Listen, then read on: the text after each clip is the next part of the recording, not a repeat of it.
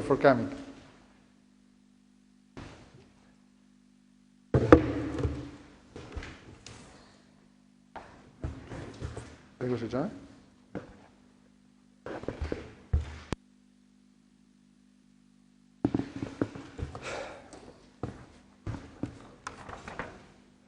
Good morning, buongiorno everyone.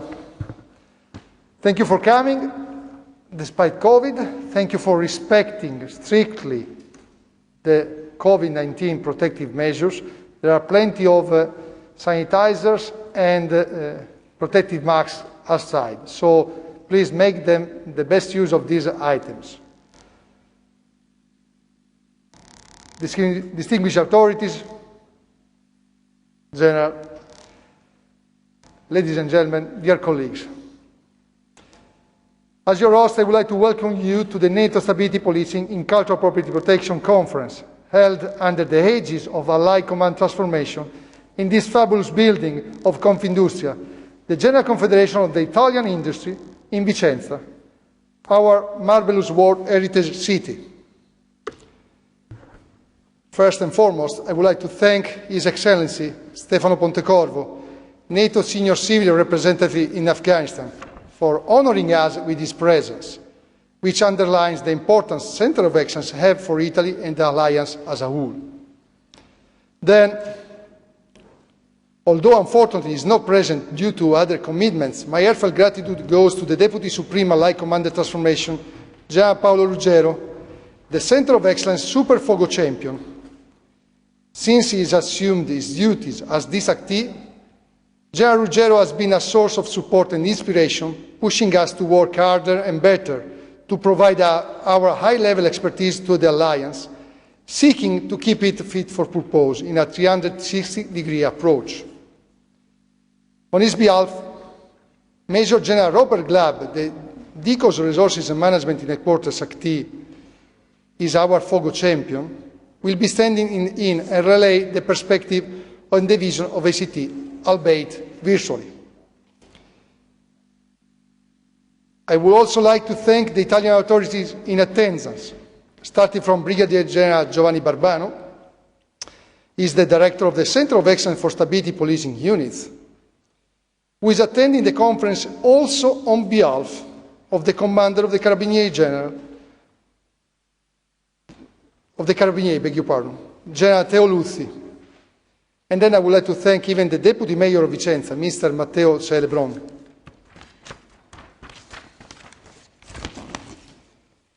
And then my heartfelt gratitude goes to the Questore of Vicenza, Dr. Antonio Messineo, and to the Carabinieri and the Guardia di Finanza Provincial Headquarters Commanding Officer, respectively Colonel Nicola Bianchi and Cosmo Virgilio.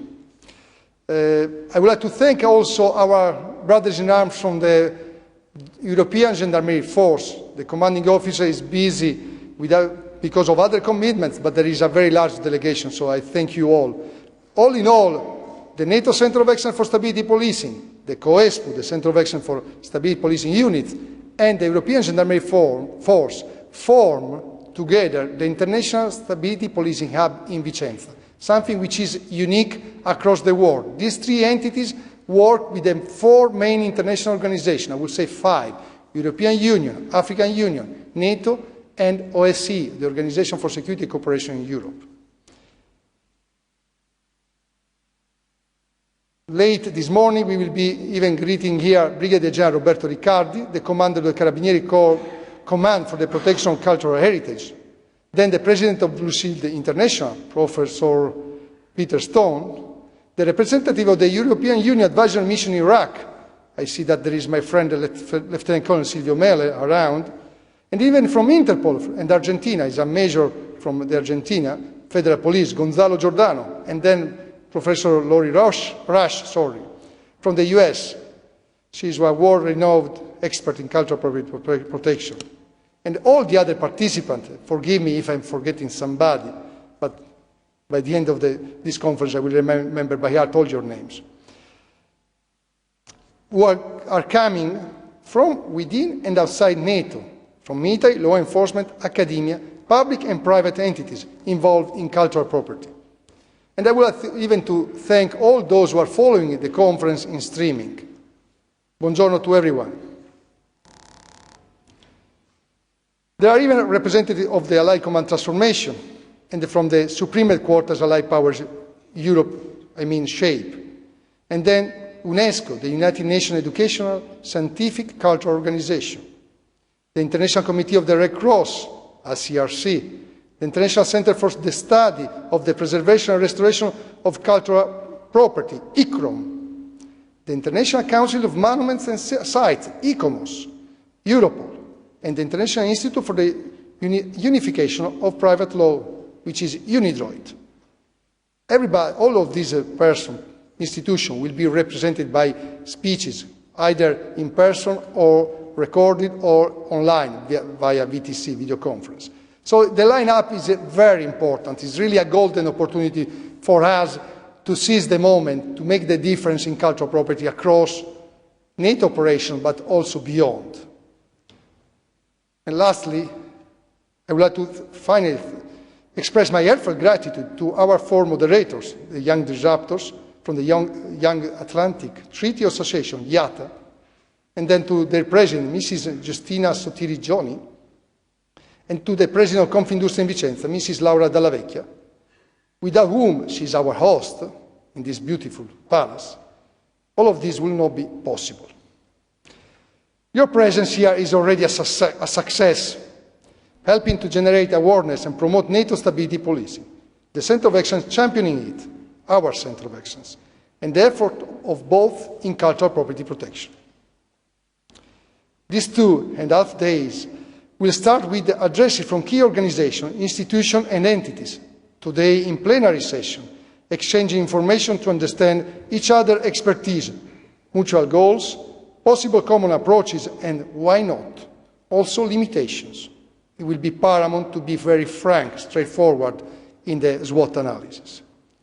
Only by constantly seeking the best possible level of interaction, proactively, try to understand each other, can we hope to generate an international, inter-agency, military, civilian, law enforcement approach that, I'm convinced, is key to be successful in cultural property protection.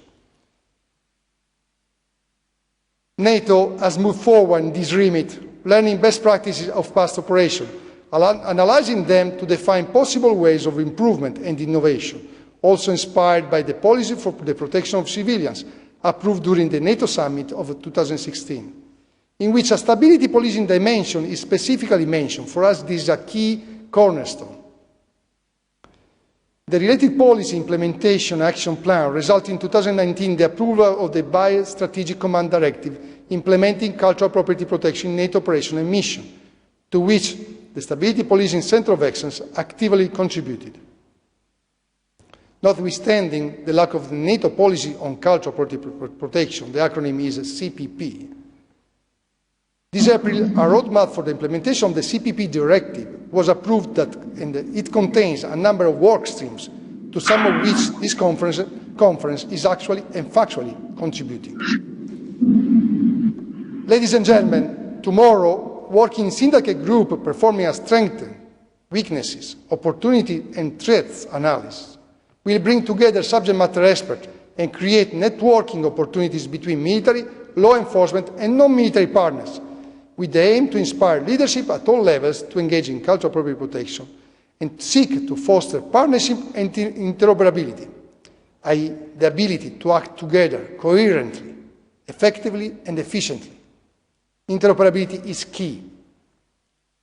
On Tuesday morning, again in a plenary session, the results achieved during the syndicate sessions will be presented, and all together we will proceed with the identification of action points about stability policing in cultural property protection within NATO operations. The final results of our effort will be detailed in a report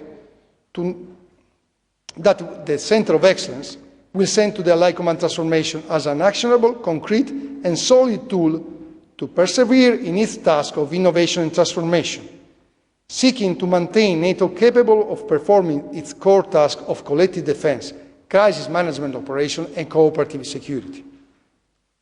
Also through a stability policing dimension within the remit of cultural property. protection.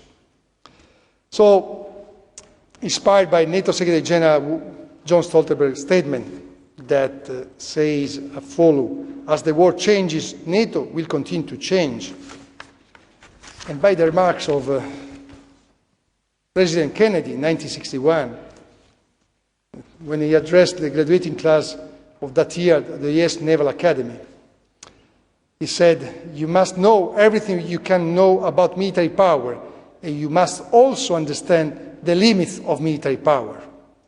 You must understand that few of the important problems of our time have, in the final analysis, been finally solved by military power alone." So we cannot work only through the traditional military instrument of power. Human security is key in addressing this kind of problem, in addressing the current and the future challenges, which are very complex. And so, in this remit, in this vein, I would like to showcase that stability policing is a cutting-edge instrument NATO may use to face current and future threats, also in cultural property protection. Stability policing is indeed a military capability, increasing the reach of the alliance by allowing it to operate in the policing remit, if and when necessary, and a specific mandate requires it. Just as to set the scene for the follow-on talks, I will give you the definition by the book of stability policing. But to be simple, think just about the police dimension brought within military operations. Simple like that. By the book, we are talking about police-related activities intended to reinforce or temporarily replace the indigenous police, the word of the law enforcement, in order to contribute to the restoration and or upholding the public order and security, the rule of law, and the protection of human rights. So please keep it in mind in the follow-on discussion, in the follow-on presentation, even in the next days. So we are talking about not combat activities. They are addressing the police-related security needs of the populace where the alliance is called to operate.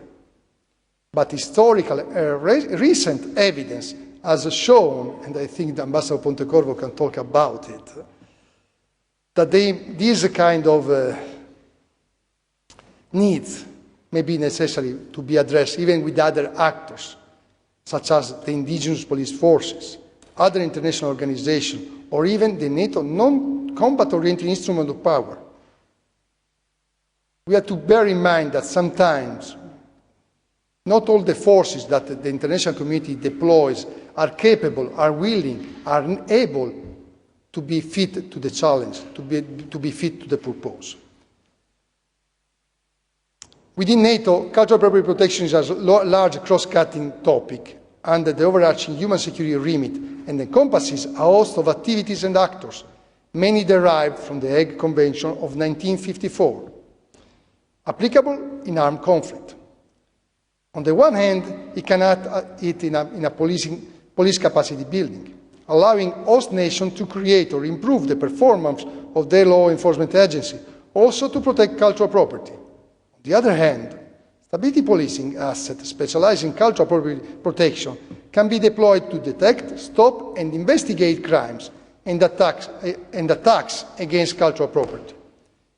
This generates law enforcement intelligence, allows us to carry out search and seize operation of cultural property and illicit funds which are generated by trafficking of cultural property. And it allows us to work for the restitution to the lawful owners and many others. This helps a lot even the alliance in the battle of narratives, generates positive outcomes. So NATO does not in fact exist or operate in a vacuum, but it is an important regional organization in a globalized world that requires all its players to operate at the highest level of efficiency to remain competitive.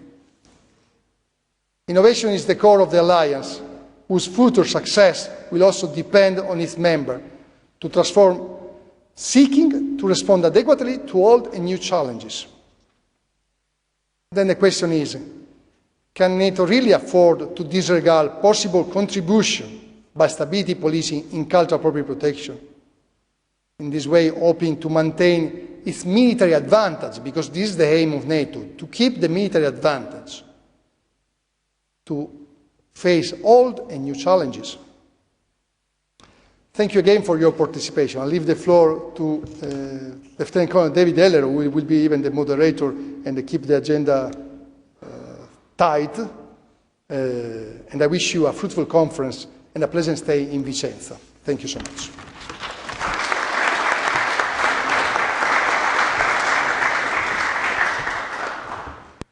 Ladies and gentlemen, distinguished authorities, Mr. General, good morning. I'm Lieutenant Colonel David Elro from the NATO Stability Policing Center of Excellence, and I will be moderating this event. So I think Colonel De Magistris just gave a very good introduction, so everyone has a feel of what the event is about. And I think you're not here to listen to me. So without further ado, I will give the floor to Matteo Celebron, the Deputy Mayor of Vicenza, who's here in representation of the Mayor. And I will translate, so.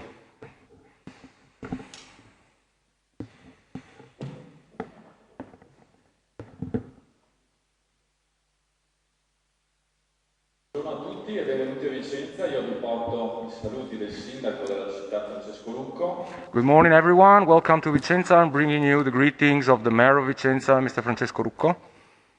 Ringrazio il colonnello De Magistris per aver scelto nuovamente Vicenza come sede per questa importante conferenza. I thank Colonel De Magistris for choosing once again Vicenza as a venue for this important conference. Saluto anche tutte le istituzioni civili e militari presenti a nome del sindaco della città Francesco Rucco.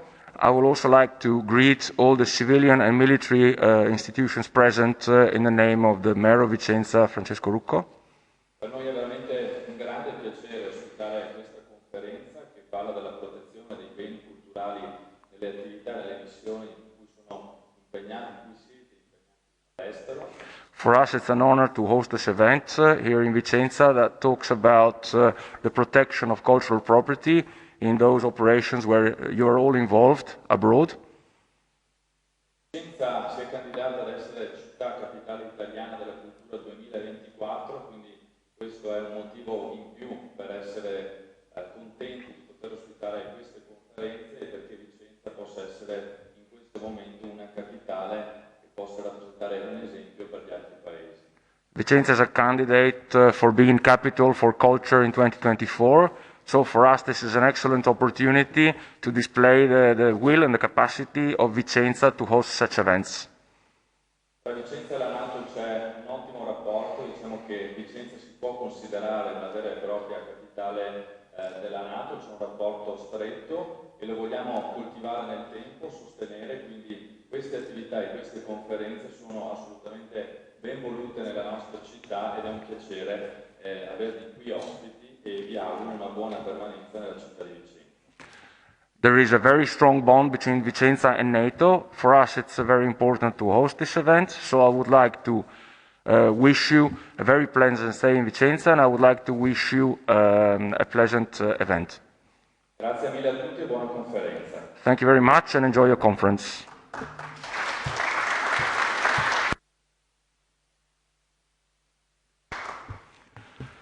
Thank you very much. I would like now to give the floor to, now we have a VTC, so I would like to give this floor via VTC, all by virtually, to Councillor Paolo Toschi, Minister of Culture, Diplomatic Councillor. Please.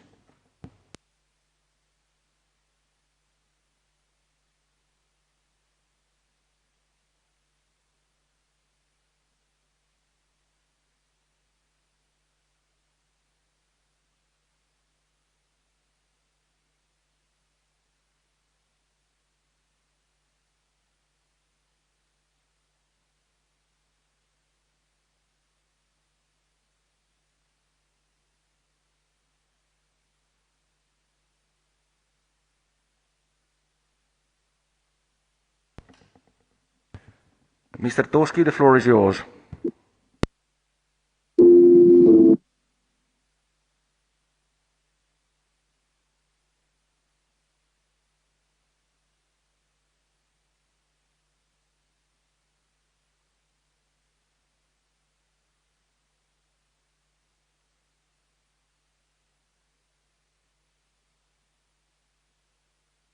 Okay, so like in the best tradition, it seems like technology is failing us.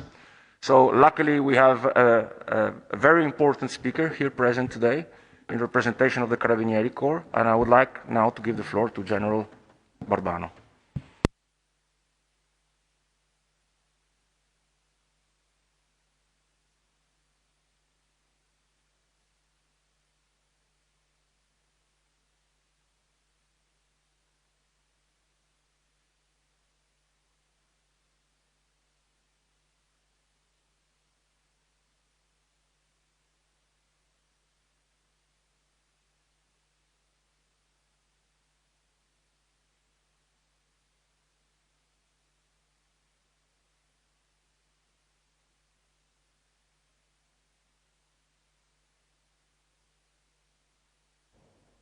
Who honored me with your friendship, from long-lasting friendship, since the starting, I would say, of this endeavor toward stability policing and tools, the development of tools for the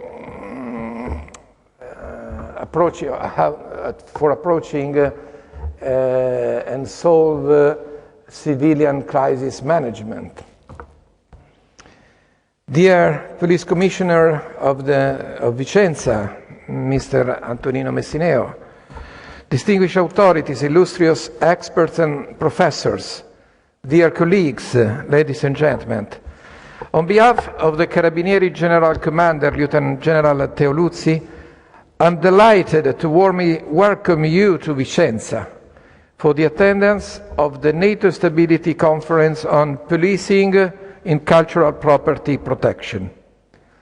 Indeed, Vicenza, World Heritage City, capital of the Renaissance, hosting the most important masterpieces from the architect Andrea Palladio, and as it was recalled by Mr. Celebron, candidate as 2024 Capital of Culture. Indeed, it represents one of the more appropriate and impressive places to host such a meaningful and important event. Let me open expressing my deepest gratitude and congratulations for the engagement and the efforts of the organizer of the event, the NATO Stability Policing Center of Excellence, and in particular his director, Colonel Giuseppe De Magistris. I warmly thank the NATO Allied Command for Transformation, under whose aegis this significant symposium is organized. Eventually, I convey my utmost gratitude and welcome to you all for your extremely appreciated participation in this conference.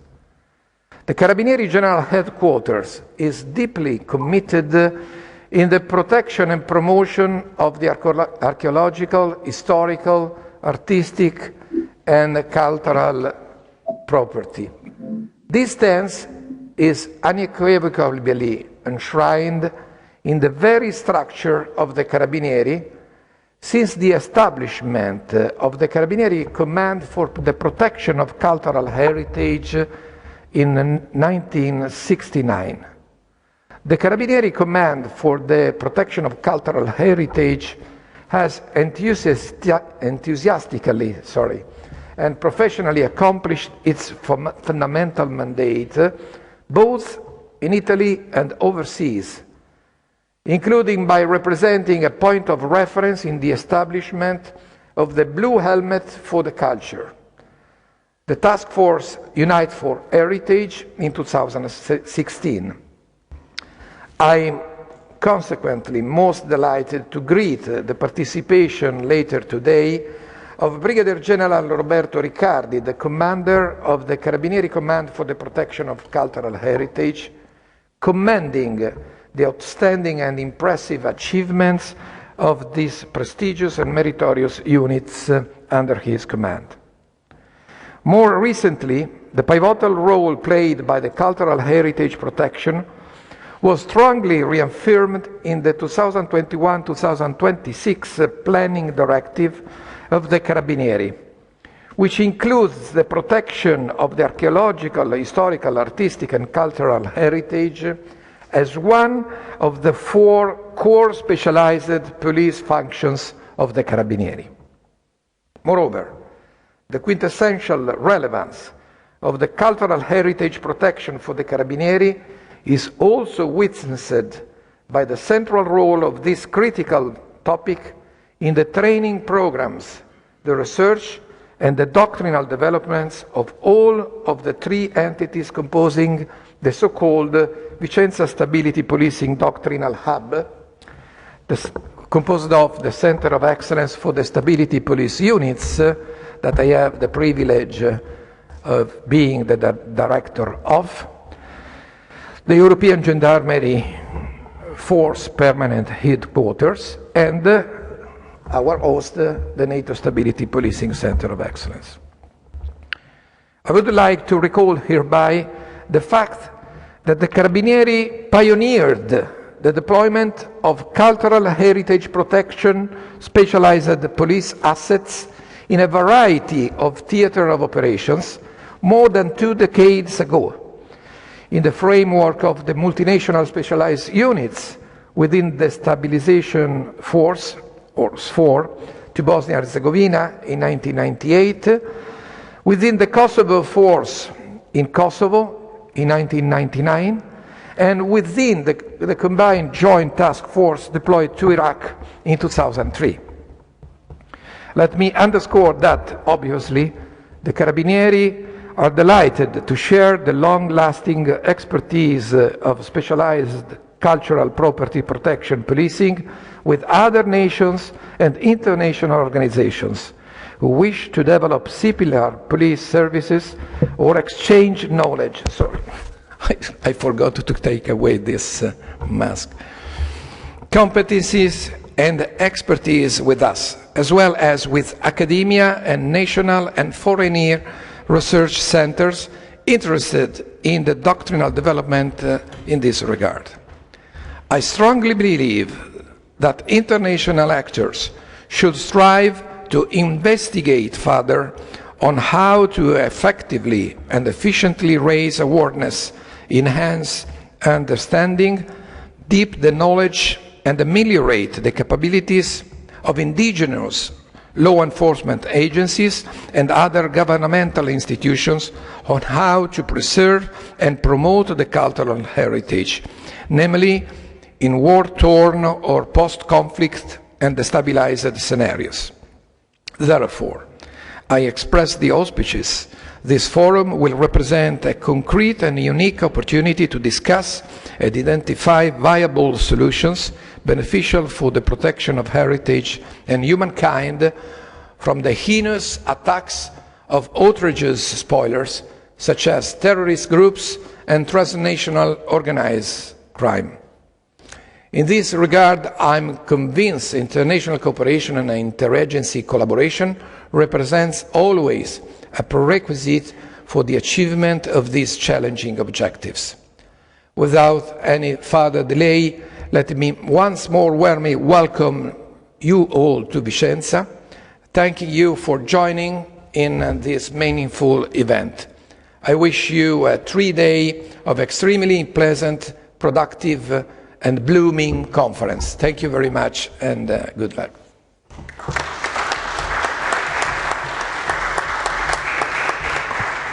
Thank you very much, sir, for your intervention. It seems now we have the possibility to have Councillor Paolo Toschi, so I would like to give him the floor. Thank you.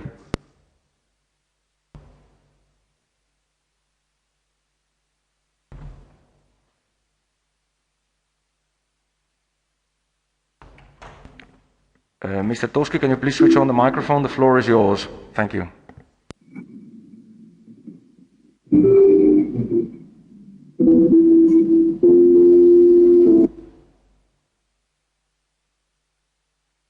Good morning, buongiorno. Thank you for your connection. We're trying to address the last technical details here. Let me introduce myself and send my greetings and wishes of work. Are you hearing me correctly? Apologies, sir, if I interrupt you, but the sound is not very good. The sound is not coming. Let's try again.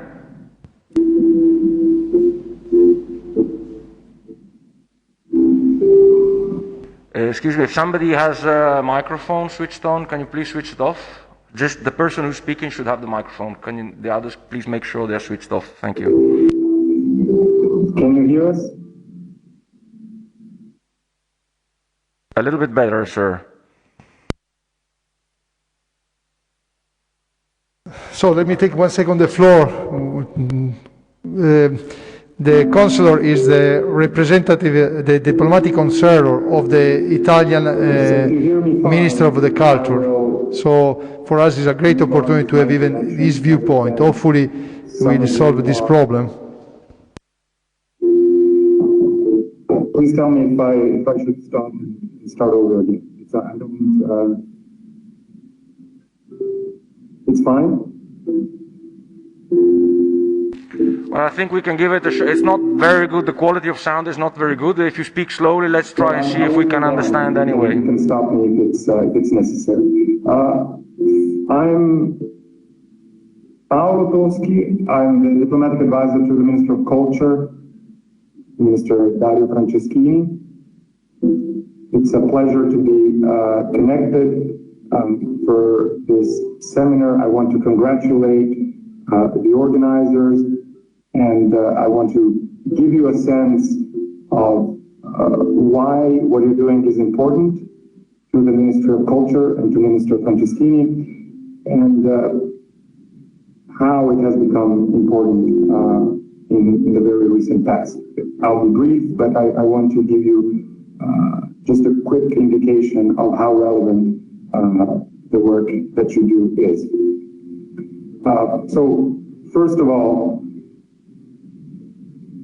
the protection of cultural heritage has been an effort undertaken by the international community for a long time now.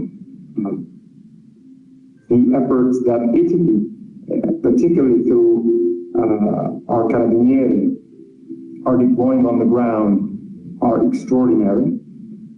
But let's trace back this effort and see where it began. It had origin, particularly in the early 2000s, after the devastation that affected cultural heritage in Afghanistan. And I'll come back to the country at hand at the end of my presentation.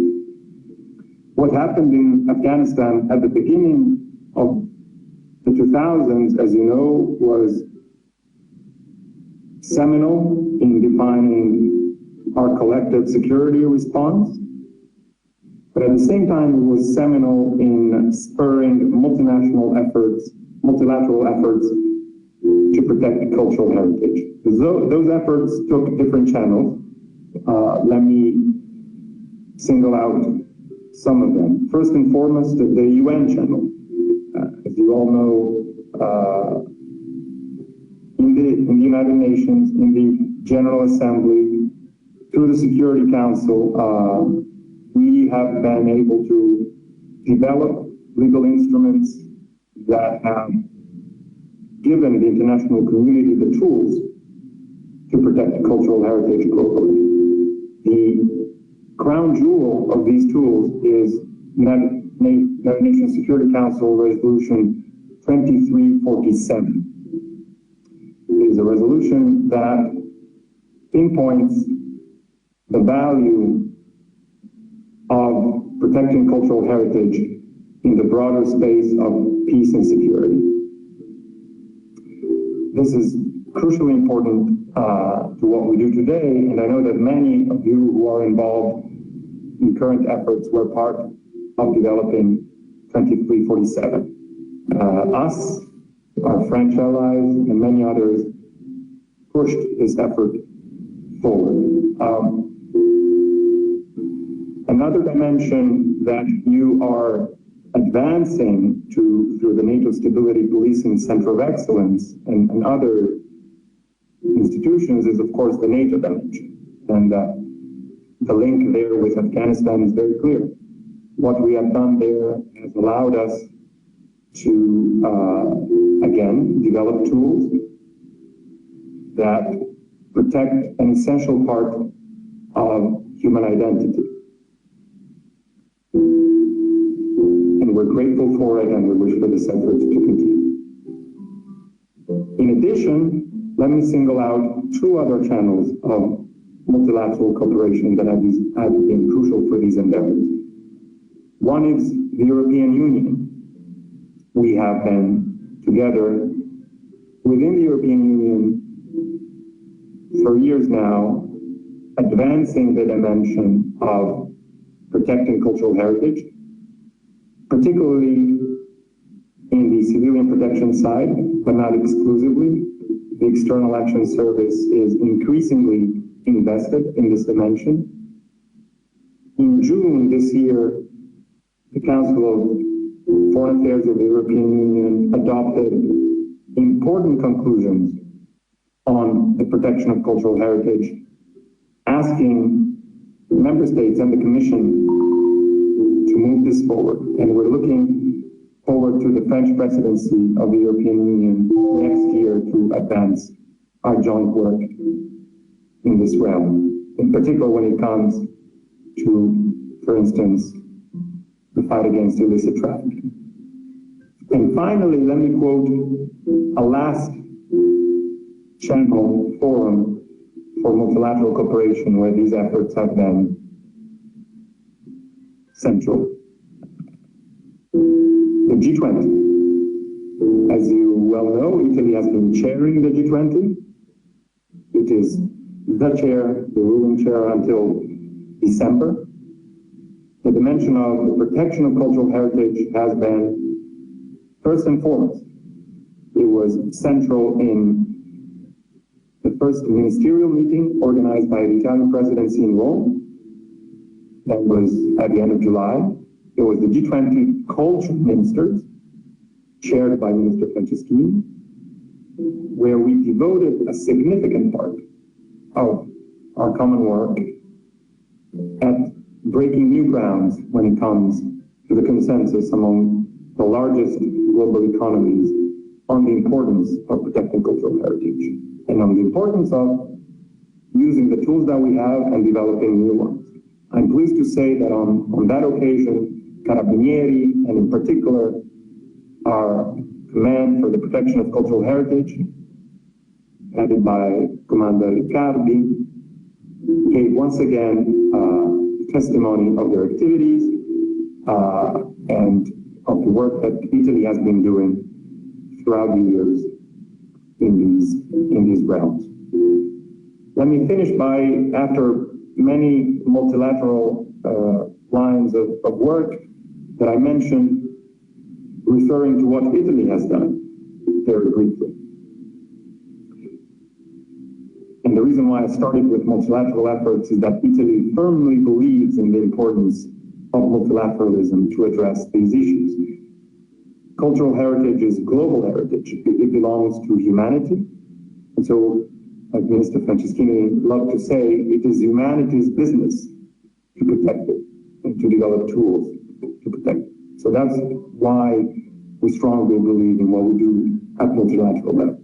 But bilaterally, Italy has been really honing these tools and really advancing the work based on a multilateral platform. And the key element of our efforts and of our endeavors is the Italian National Task Force for the Protection of Cultural Heritage. It has a military component, in short, again, by the Carabinieri for the protection of cultural heritage, and a civilian component, in short, by the Minister of Culture, Director General for Security. It works in close association with, of course, the beneficiary countries, and we've had great opportunities in Albania, Croatia, Mexico, among others, and in Iraq, as you know, to bring this work forward. But it works, and I will close with this, in close association with the organization that is central to this endeavor. It is a multilateral organization. It is UNESCO. It is an organization that Italy strongly supports and believes in. UNESCO is celebrating this year 75 years of activity, and it has just re-elected its Director General, Audrey Azoulay. We couldn't do this without UNESCO. I want to thank UNESCO representatives also for being part of this workshop. We have agreed that because of the alignment that exists between Italy and UNESCO, which is great, Italy will now be able to deploy the National Task Force for the Protection of Cultural Heritage upon invitation by UNESCO. This is a crucially important development because it allows us to strengthen our national work and to give it further international clout. So, ladies and gentlemen, Commander, I think I gave you a sense of the importance that your work holds for Italy's government, for the Ministry of Culture in particular. It is a work that within the NATO framework we think can excel. We believe it can bring great value added to NATO's mission and to the work that all of our countries bring forward in the interest of peace and stability. So I thank you for this opportunity to share a few words, and I wish you excellent proceedings for the rest of the day and the rest of the program. Thank you. Thank you very much.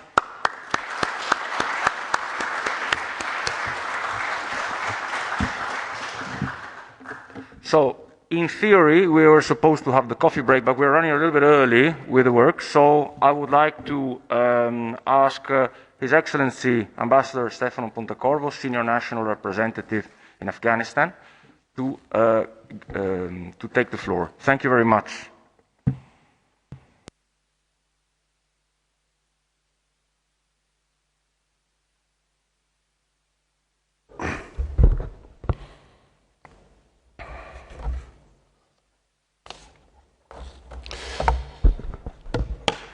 Sorry, I had to raise.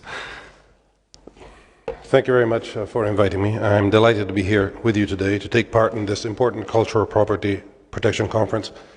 As General Barbano, with whom I go back a long time, has reminded us, I've always believed in this, not because I'm a carabiniere myself, but because, especially after my Afghanistan experience, which I think I myself, together with a number of those who are involved, are still elaborating on. I really believe that one of the things which has been sorely missing is exactly stability policing. And the police dimension and the control of the territory that stability policing gives, whereas we went. And I think that, who was it, you, Colonel, reminded us of a phrase by John Kerry. That was 1962, I think it was, and we should have remembered that and should remember it as we go forward. As I was saying, this is an aspect, sorry, this is a cigar, it's not COVID. This is an aspect which needs to be mainstreamed and become part of our thinking and planning in the days and weeks to come. This conference is timely, to say the least, in a moment in which the Alliance is refining its strategic concept with all the work which will have to take place downstream. Proceeds from conferences such as this one, which highlight aspects which still must be taken fully into account, as I was saying earlier, can have a real role in shaping NATO's thinking. In addition to the dire consequences for the civilian population, armed conflicts have always had an impact on cultural property, either in the form of damages caused during their kinetic phase or because of looting, theft, vandalism. The economic fallout of this aspect is often overlooked. A growing number of countries are increasingly relying on specific types of tourism, and cultural tourism is among these, to relaunch their economic prospects. I've had a first-hand experience in Pakistan where I was the Italian ambassador, and that is exactly what they're looking for, and it works,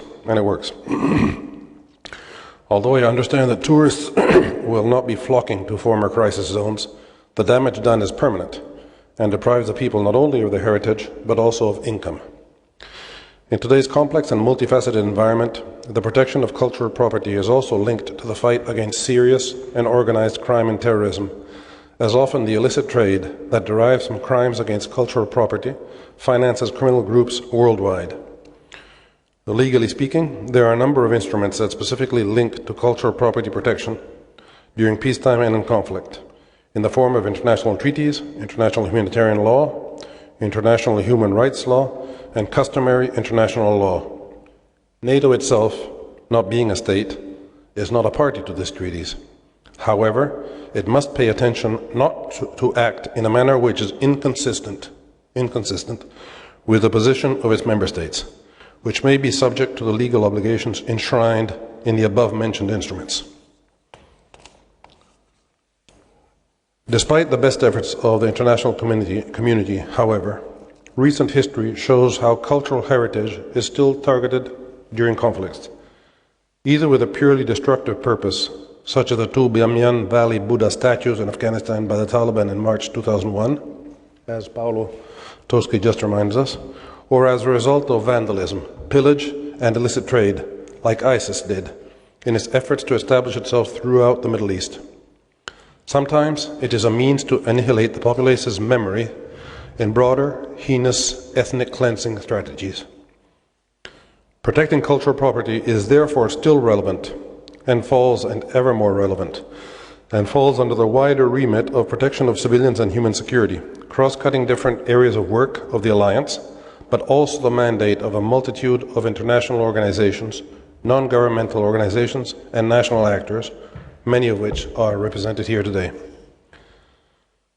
The NATO Stability Policing Center of Excellence centers its remit on policing and therefore takes a specific stance towards the protection of cultural property. In both replacement and reinforcement missions, stability policing, in fact, may be the only actor who carries out a policing function in an area of NATO operations. This means that stability policing is often the only counterpart to those national and international competent authorities worldwide who are challenged by complex transnational investigations and are looking for a reliable partner in source countries to bring culpable offenders to justice, dismantle organized crime and terrorist groups, and sever the financing streams of those organizations behind the illicit trade of cultural goods. Stability policing, however, can go even further. It is a fact that in situations of conflict, indigenous police forces, and in the wider sense, national competent authorities are often unable or unwilling, also due to corruption, to manage their cultural goods in an efficient and appropriate way. Thankfully, specialized stability policing assets, such as Italian Carabinieri and Gendarmerie in general, have the expertise and manpower to step up to this challenge and support the competent authorities in this delicate issue. This has taken place in Iraq and in many other theaters of operation, and the results have been very positive and encouraging, both in terms of operations and of capacity building. The event I'm attending today marks the beginning of a collective effort to bring all the main actors in the field of cultural property protection together in order to identify each respective portfolio, but most importantly, to see if and where there are margins for improvement. In this vein, I very much welcome the initiative taken by the NATO Stability Policing Center of Excellence to include an analysis of the strengths, weaknesses, opportunities, and threats related to cultural property protection, with the final aim of identifying a set of recommendations for NATO to step up to this challenge in a comprehensive and innovative way. I'm eager to receive these outcomes and contribute to advocating for a stronger role of the Alliance in this field. Thank you very much.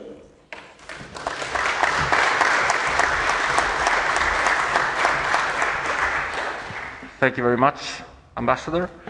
Does anyone have any questions? Otherwise, we would like to thank you for your very interesting intervention with this token.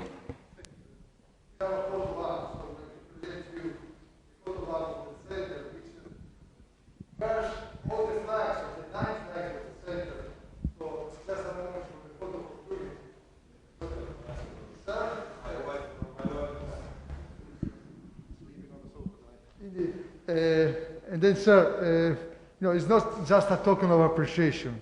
Grazie, grazie di cuore, because we really feel truly honored for your presence here today.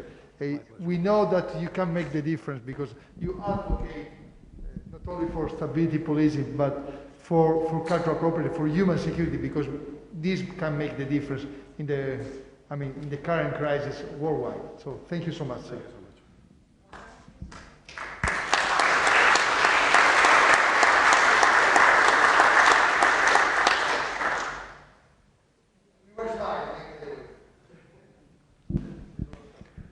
So, thank you very much. Now I have a very easy task, which is inviting everyone for a coffee break. However, the coffee break is not free because we need to take a picture before the coffee break. So, if everyone would be so kind to go downstairs in the garden, we will take a picture, we will then have a coffee break, and then we will convene back in the room at 10 minutes to 11 precise. Swiss time. Thank you very much. A pledge, please. When we take the pictures, let's keep the mask because it's a gathering. So we can go outside without the mask, but when we take the picture, you are kindly requested to wear the mask because we will be not social distancing. So please, let's follow the rules. Thank you so much.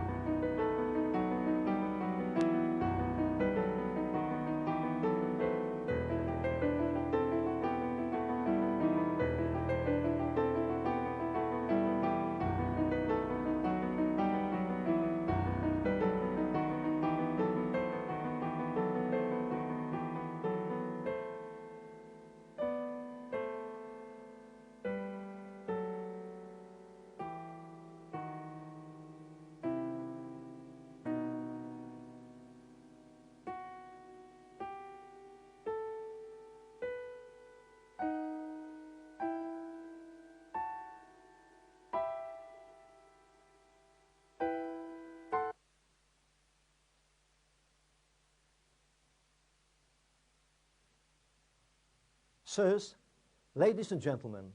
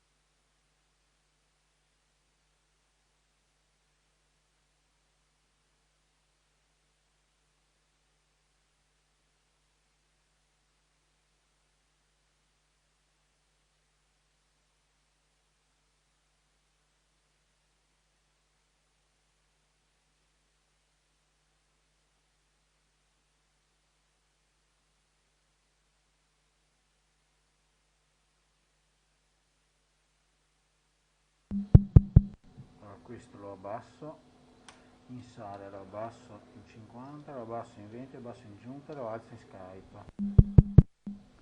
Sì, buongiorno. Okay.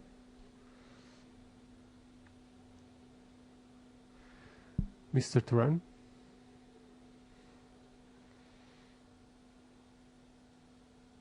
E l'audio eventualmente loro va qui dentro? L'audio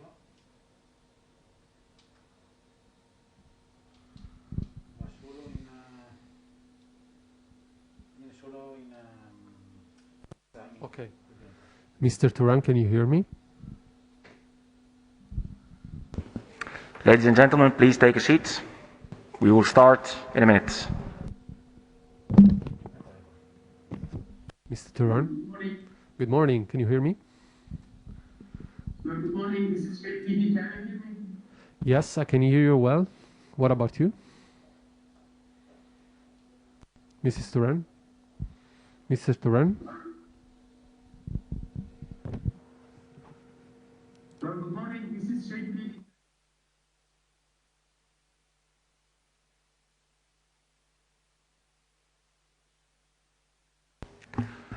So, thank you for coming back. I think I'll take my mask off because otherwise nobody can hear me, and I will sound like somebody in a VTC. So it's better that I don't have the mask.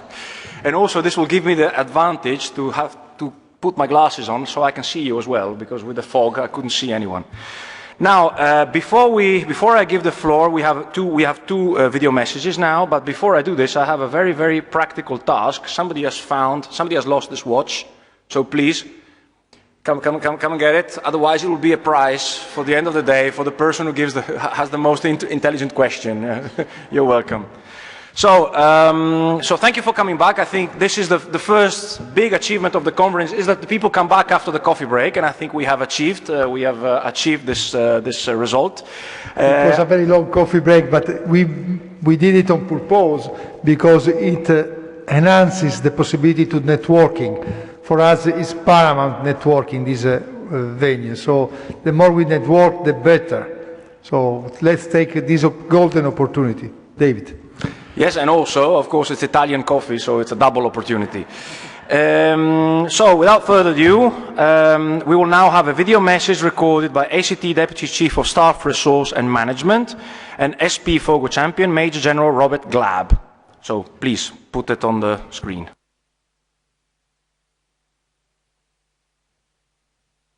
Sirs, ladies and gentlemen, distinguished authorities, regrettably, I am missing the opportunity to attend the NATO Stability Policing Cultural Property Protection Conference, but I am so grateful to you for giving me a chance to address a couple of words to all of you today. It's really impressive that a significant number of specialists and volunteers are interested in supporting the Stability Policing Center of Excellence's effort, thus directly or indirectly contributing to cultural property protection. Especially, there are pundits from the cultural protection community who representing NATO entities as well as institutions from outside of the alliance. Let me exploit this occasion, please, to thank the director of the NATO Stability Policy Center of Excellence, Colonel Giuseppe De Magistris, for hosting this event, and the Italian authorities for the enabling and supporting it. My heartfelt gratitude goes now to the President of Confindustria, Mrs. Laura Della Vecchia, who has been supporting us. Not the first time. Ladies and gentlemen, now a couple of words about COVID-19. I am not going to bore you all and elaborate how harsh and disruptive effect the pandemic has. I am confident the organization and accomplishment of this significant event will eventually present the professionalism of the director and the personnel of Stability Policing Center of Excellence. I know they have worked very hard to adopt the necessary precautions that have facilitated this conference. The dramatic impacts of the pandemic to the global health and economy may be exploited by very often unknown actors seeking to increase and profit from the instability. It's still a real challenge and assumption when we may experience in the future. We have to understand it and adapt. Allied command transformation has indeed played a leading role for NATO, contributing to the alliance's adaptation as NATO's Warfare Development Command. We explore emerging trends and technologies, support current operations to increase interoperability and readiness. ACT tries to answer key questions: how to mitigate the risk of strategic surprise and draw from the benefits of cooperation, how to facilitate the alliance to deter and, when needed, defeat all potential adversaries. Consequently, the NATO warfighting capstone concept, NWCC, envisions the threat environment the alliance may face and postulates the need to think, organize, and act differently to keep allies in advantageous position over time. ACT, as the NATO Warfare Development Authority, especially for conceptual and doctrinal areas, experimentation, as well as for wargaming and training, appreciates cooperation with partners and institutions, also from outside of the conventional military spectrum. The diversity of expertise and experience of the participants of this conference reflects and embodies this spirit impressively. 5 independent warfare development imperatives are at the core of the NWCC and, more precisely, its implementation, Warfare Development Agenda. They encompass the direction in which the alliance needs to move to succeed. They represent points of reference for the harmonization of hundreds of ongoing and future warfare development initiatives, keeping them focused on achieving realistic goals where they matter distinctively and include cognitive superiority, NATO's situational awareness achieved via technology and intelligence gathering, but also through a deeper analysis of doctrines. Layered resilience, as a key for strong defensive alliance, includes essential tools like supply lines and lines of communications, but also that societies react better against disinformation. Influence and power projection, a proactive alliance accurately projecting security and influence to deter actors from carrying out their potential aggressive actions. Integrated multi-domain defense, the cyberspace and outer space are now domains just as the traditional military ones of land, sea, and the air. Thus, NATO will need to excel when operating in a protective way through a coordinated and flexible approach across all domains.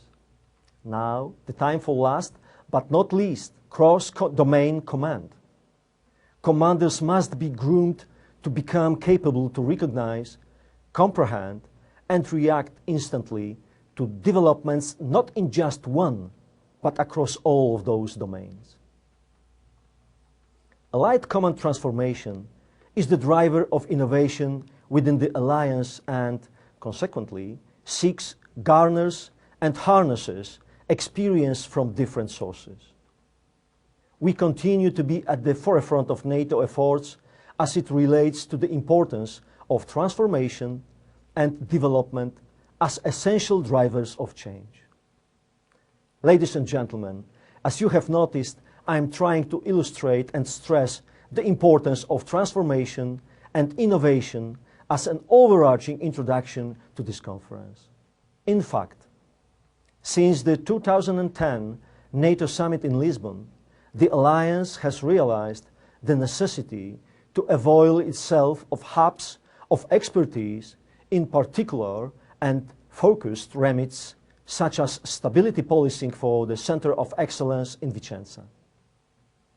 The primary purpose of foundation of the Centers of Excellence is to assist with innovation and transformation, as well as share their specific in-depth knowledge through training, conferences, or seminars.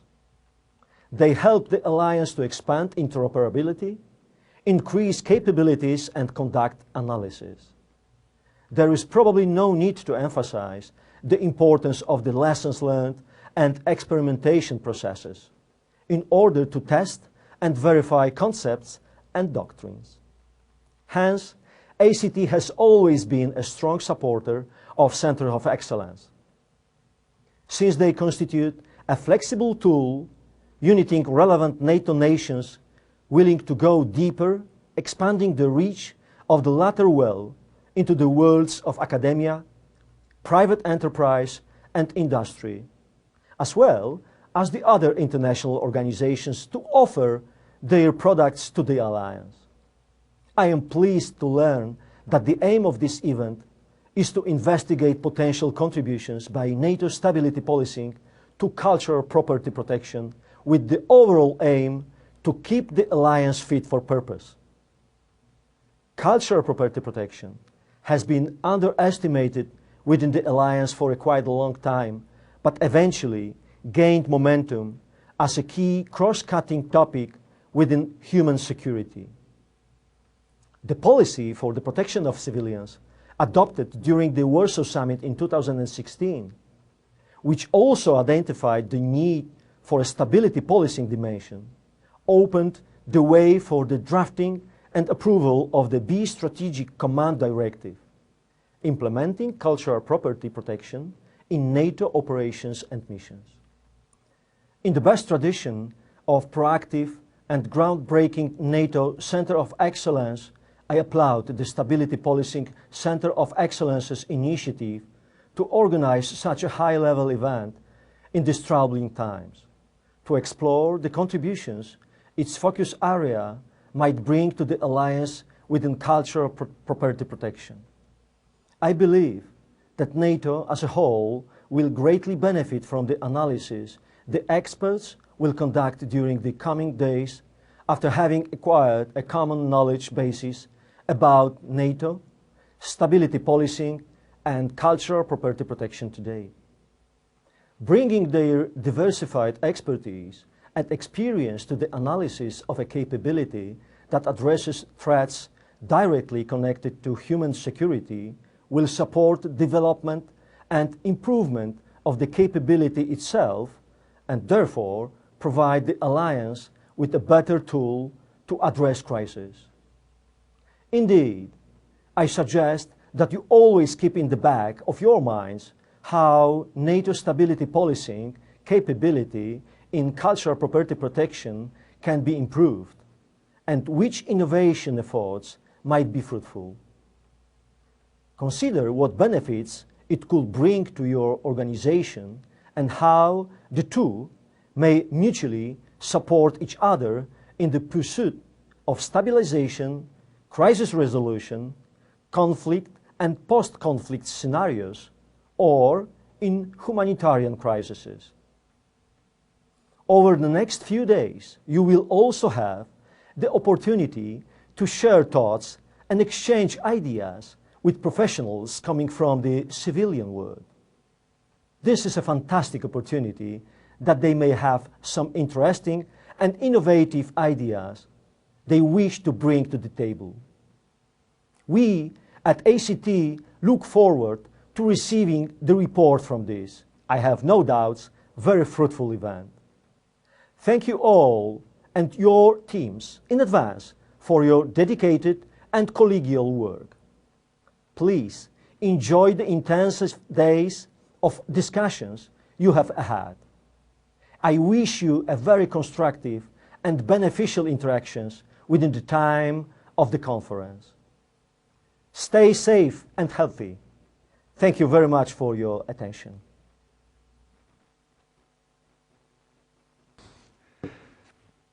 So let me take 1 second the floor, David, with your permission. A couple of points.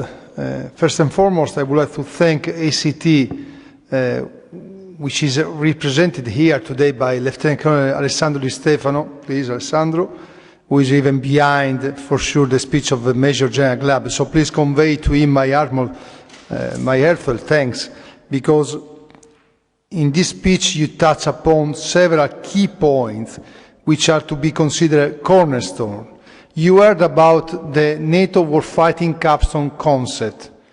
This is a key concept which is going to inspire the alliance, if I may say, work, but even, I would say better, approach to operations, to crisis, but even to collective defense and cooperative security. And is an instrument which it is aimed at keeping the advantage against our adversaries. So, although it's a document, it's a very living document. And when you heard about the imperatives, one of the imperatives, there are 5 imperatives, is layer resilience, the capacity of a given state to react, counter-react to a shock. As Ambassador Pontecorvo mentioned, destroying cultural property, the heritage, is a means of ethnic cleansing. Please bear in mind, the Alliance cannot turn a blind eye on it. The international community cannot do it, must not do it. So this is really a golden opportunity, and I open the floor for a conversation, if you want even now, to seize this moment, to showcase the Alliance, but even beyond the Alliance, the importance of cultural property protection and the role that policing assets deployed in fragile states, so stability policing asset, can play.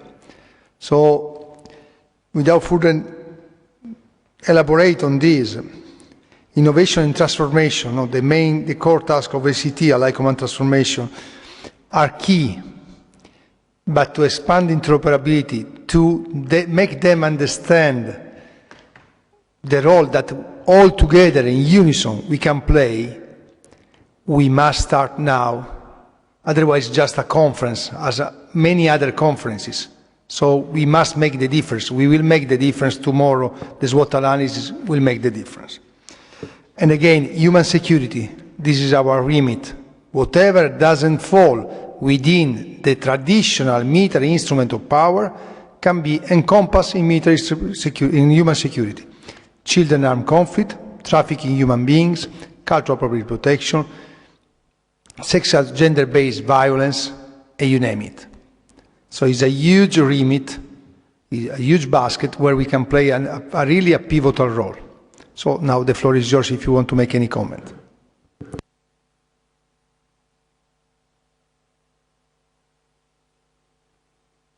I hope next time the reaction will be more enthusiastic. So just quickly before I give the floor to the next speaker, which again will be a recorded message, I would like to say, the Magistrates just said it, but I would like to reiterate, we will have an interactive phase of the conference in the upcoming days. However, this does not limit you to make comments. If anyone has any comments after one of the presentations, please raise your hand. I will give you the floor. Keeping in mind that, of course, today it's more of a lineup of presentations. Tomorrow and the day after tomorrow we will have a SWOT analysis where we will try to, let's say, harness your experience and come up with some meaningful conclusions or recommendations. And, of course, if I'm too fast when I speak, because I have a tendency to speak very fast, please don't choke, just do like this, and I will be slower so that everyone... He's from Venice, people in Venice, although he's a English native speaker, he's from Venice. So I'm from Venice, and apparently I have a Venetian accent even when I speak English. This is what I was told by General Barbano, so bear with me, please, be patient with me. So now we will have video recorded messages from UNESCO, United Nations Education, Scientific and Cultural Organization. Just one aspect I would like to say, one thing I would like to say, it has been stressed already by all the speakers we had. I personally am not an expert in cultural property. I've never been an expert on cultural property. However, I have worked for 11 years in the field of international police cooperation, and sometimes I've been faced with the challenge of dealing with cross-border investigations and the subject of the investigation was selling of stolen artifacts. Now, just to give an idea of how important this topic is, and I'm happy we will have Interpol here, and happy we will have Europol here later on today. One of the big challenges, very practical challenges, is that in some countries, some legislation, unless you can prove that the artifact has been stolen and you can prove that there is an owner of the artifact, you don't have a case and you don't prosecute the case. So, like it happens many times, you know, the international community today is interconnected, is globalized. So what will happen is you will have criminals who displace their criminal activities looking for some jurisdictions where it's easy to achieve this because they can have stolen goods from one part of the world and they can put them in the market in a different part of the world. Why am I saying this? How is it linked to stability policing? It is because very often the goods come from countries where there is no state as we know it. And sometimes the only presence, the only police presence in the country is stability policing, which is working under the NATO umbrella. So it's very important to be here today because ideally when a police force in one of our countries, in the European Union, in the United States, is trying to get a case together, who will be their counterpart in the country of origin of the stolen goods? So we hope that as one of the outcomes of this conference, I don't want to put the carriage in front of the horses, but we hope that one of the outcomes of the conferences will be that indeed stability policing will be progressing this matter forward. But I'm sure you're not here to listen to me, and I talk too much, I know. So, but it's good that because I like your approach, your chatterbox, but as I am, so bear with me.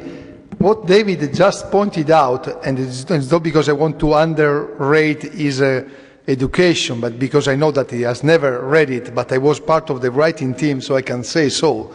The Security Council resolution 2017 on cultural property does touch upon this issue.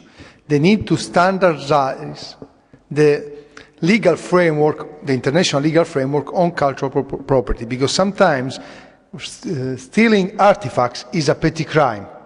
In some countries, as Italy, is a heinous somehow crime. In other countries, maybe it's just a fine. So can we make something? Please bear it in mind. Thank you. The floor is for the next recording. Ladies and gentlemen, I have the honor and real pleasure to participate in this annual conference on the NATO Stability Policing Center of Excellence, and I would like to commend NATO for dedicating this important conference to the NATO Stability Policing in Cultural Property Protection. I regret not being physically present with you in Vicenza due to the ongoing 41st session of the UNESCO General Conference, during which UNESCO celebrates its 75th anniversary with representatives of all its 193 member states.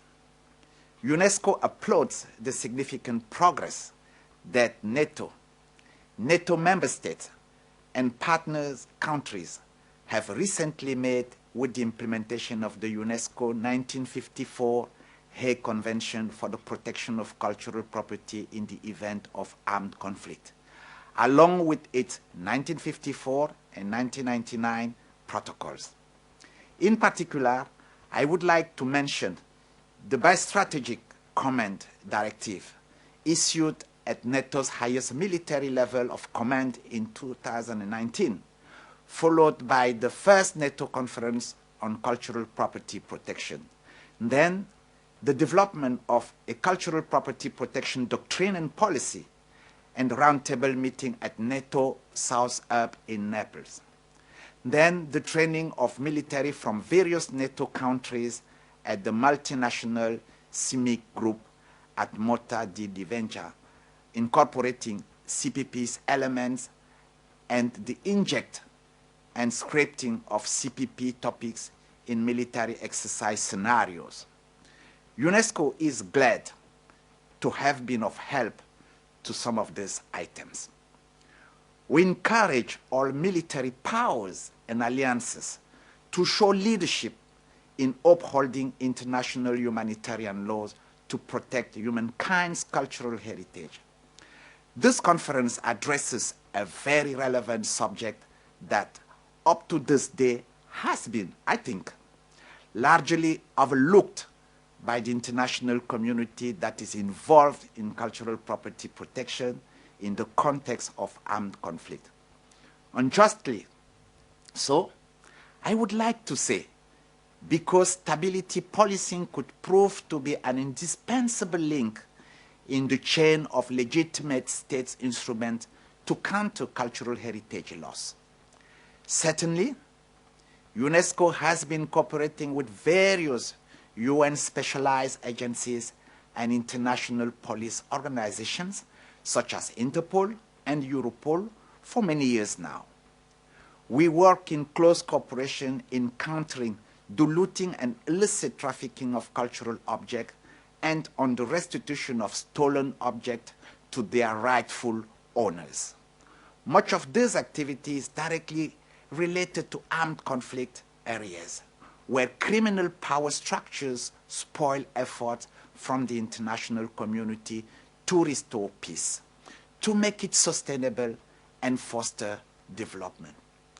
But time has come to investigate how the various concepts of stability policing could be applied to cultural property protection specifically.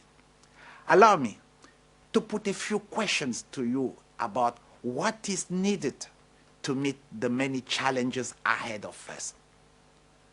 What will be pivotal in the tasking of a stability police force? How should it be best prepared for the task? How can criminal power structures that are behind the theft and illicit trade of cultural property be identified and dealt with, cutting off their financial resources and money laundering scams in which cultural property is also involved? What could a stability police force do to secure cultural sites and objects such as archaeological sites, museums, archives, historical libraries, important scientific collections, and landmark monuments?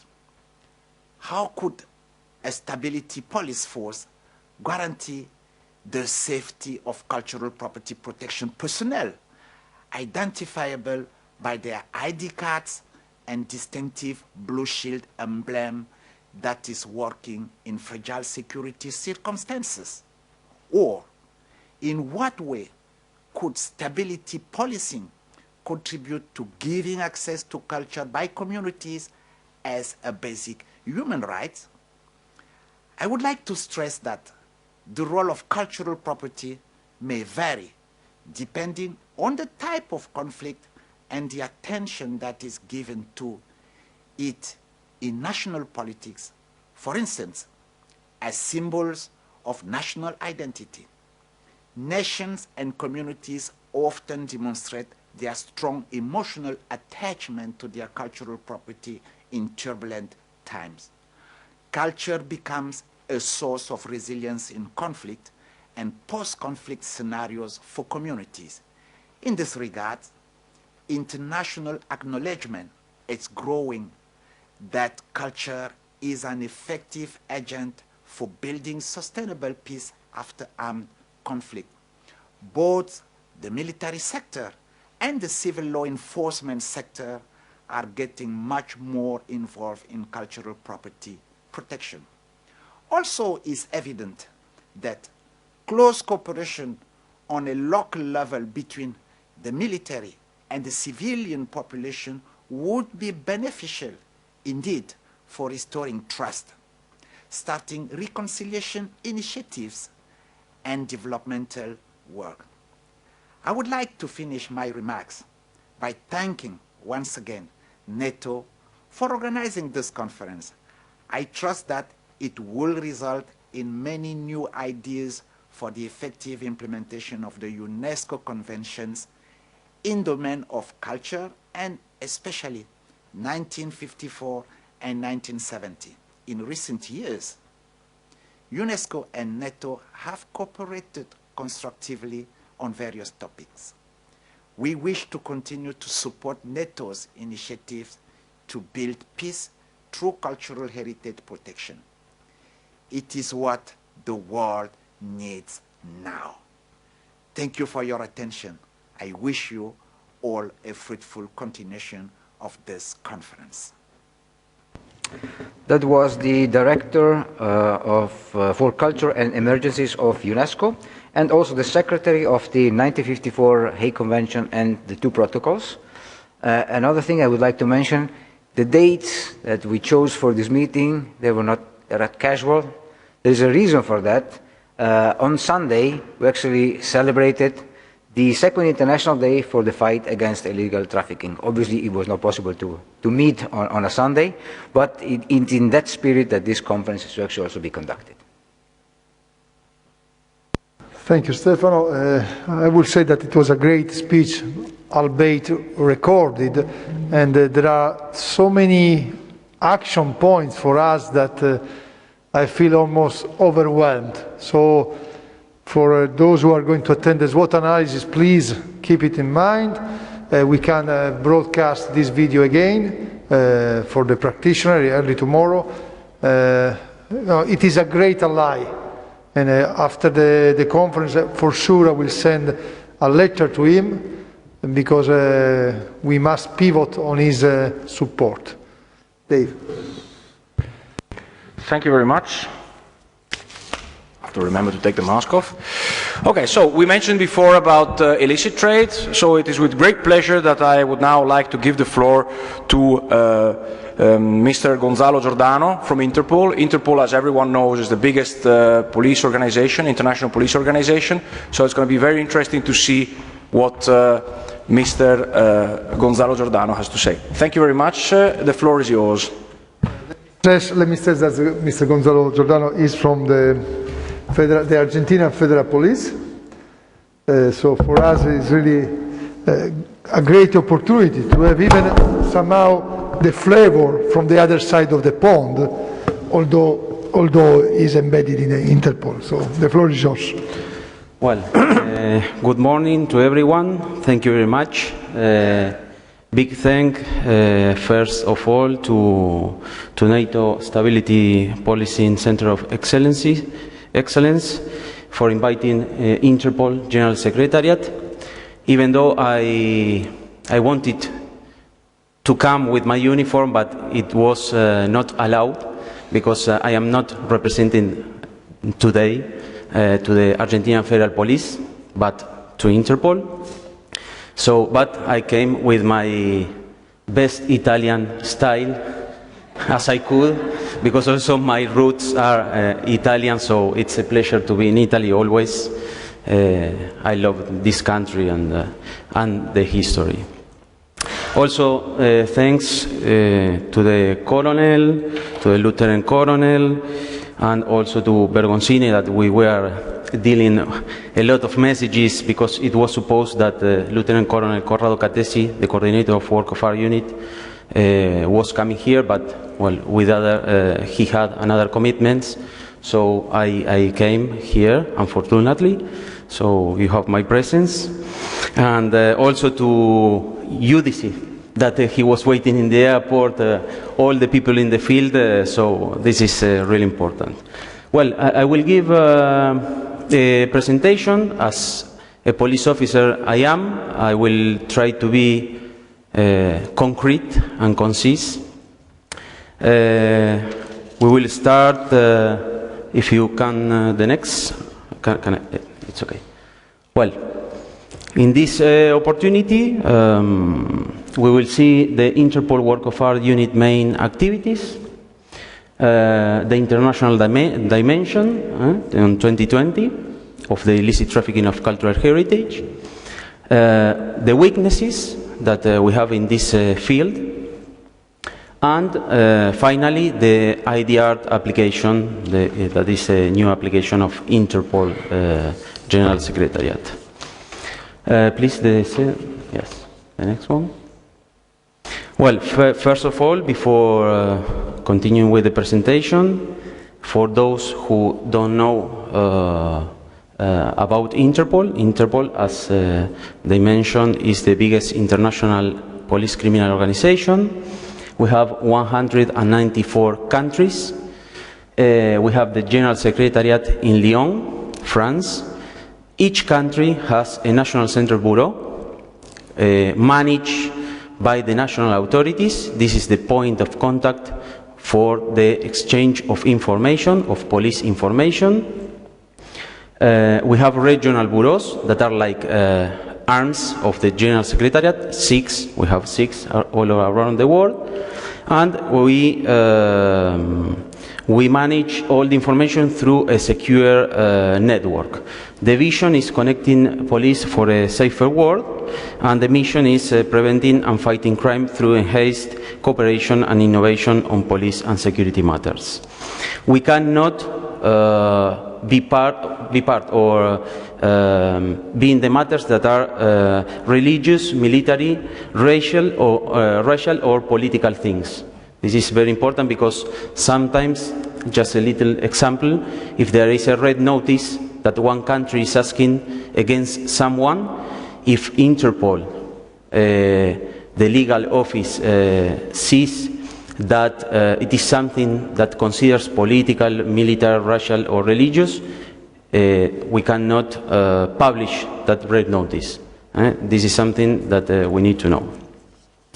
The next one, please. Okay. Inside the Directorate of Organized and Emergency Crime, we have the works of our unit. Our main activities, as you can see, are global and regional operations. We have done already Athena, that is a global operation together with WCO, World Customs Organizations, and also we have collaborated with Pandora, that is a Europol, led by Europol, and maybe another countries like could be Spain. One of those operations we did it with the lead of Spain. We have the analysis, assessing crimes against cultural property. This year is the first time that it is public, so you can find it. I brought here some. This is the booklet. Here you can see numbers, statistics, and routes also. So it is really interesting. You can find it, again, I'm telling you, in the web site, in the public website, www.interpol.int. And we have capacity building that we have done trainings, workshops, we go to conferences, well, you see me here. We have already accomplished 10 Interpol trainings and workshops, and more than 600 law enforcement were involved in those training courses. Also, we have posters. We publish twice a year posters of the most wanted works of art. Of course, always we need to ask to the country about that information if we can publish, because this is another really important point, that the Interpol General Secretariat is not the owner of the information. The owner of the information are the countries. We are only a secretariat. Always I am telling in the workshops, etc., that we are secretariat. We are at disposal and support of the countries. I know that sometimes in some conferences or workshops, they ask us, maybe civilians, they ask us, well, why don't you do this, or why don't you investigate this? It is forbidden for us. Even for me, that I am an Argentinian police officer, I cannot do anything. Well, I can, no? But formally I cannot do anything even in Argentina, because I was put at disposal of the Secretariat. This is important to know. Next one, please. Well, we can see the international dimension. We have this, you will find it in the survey that we did. This is information coming from 72 countries in 2020. so it was published this year. And we have the difference with 2019, that the information came from 79 countries. As you can see, the reported offenses, more than 9,000. The stolen objects, more than 35,000. We can see the differences against 2019, but maybe it is because we had less countries participating in this questionnaire. The seized stolen objects and the seized counterfeit objects. Here we can see that we have a problem because we can see a lot of seized objects, stolen objects, and for example the stolen objects are more in 2019 than the ones in our Interpol works of art database. So in our database we have almost 52,000, we will see it. But we need the information, because if the countries don't send information of stolen objects, we cannot insert, and we don't know.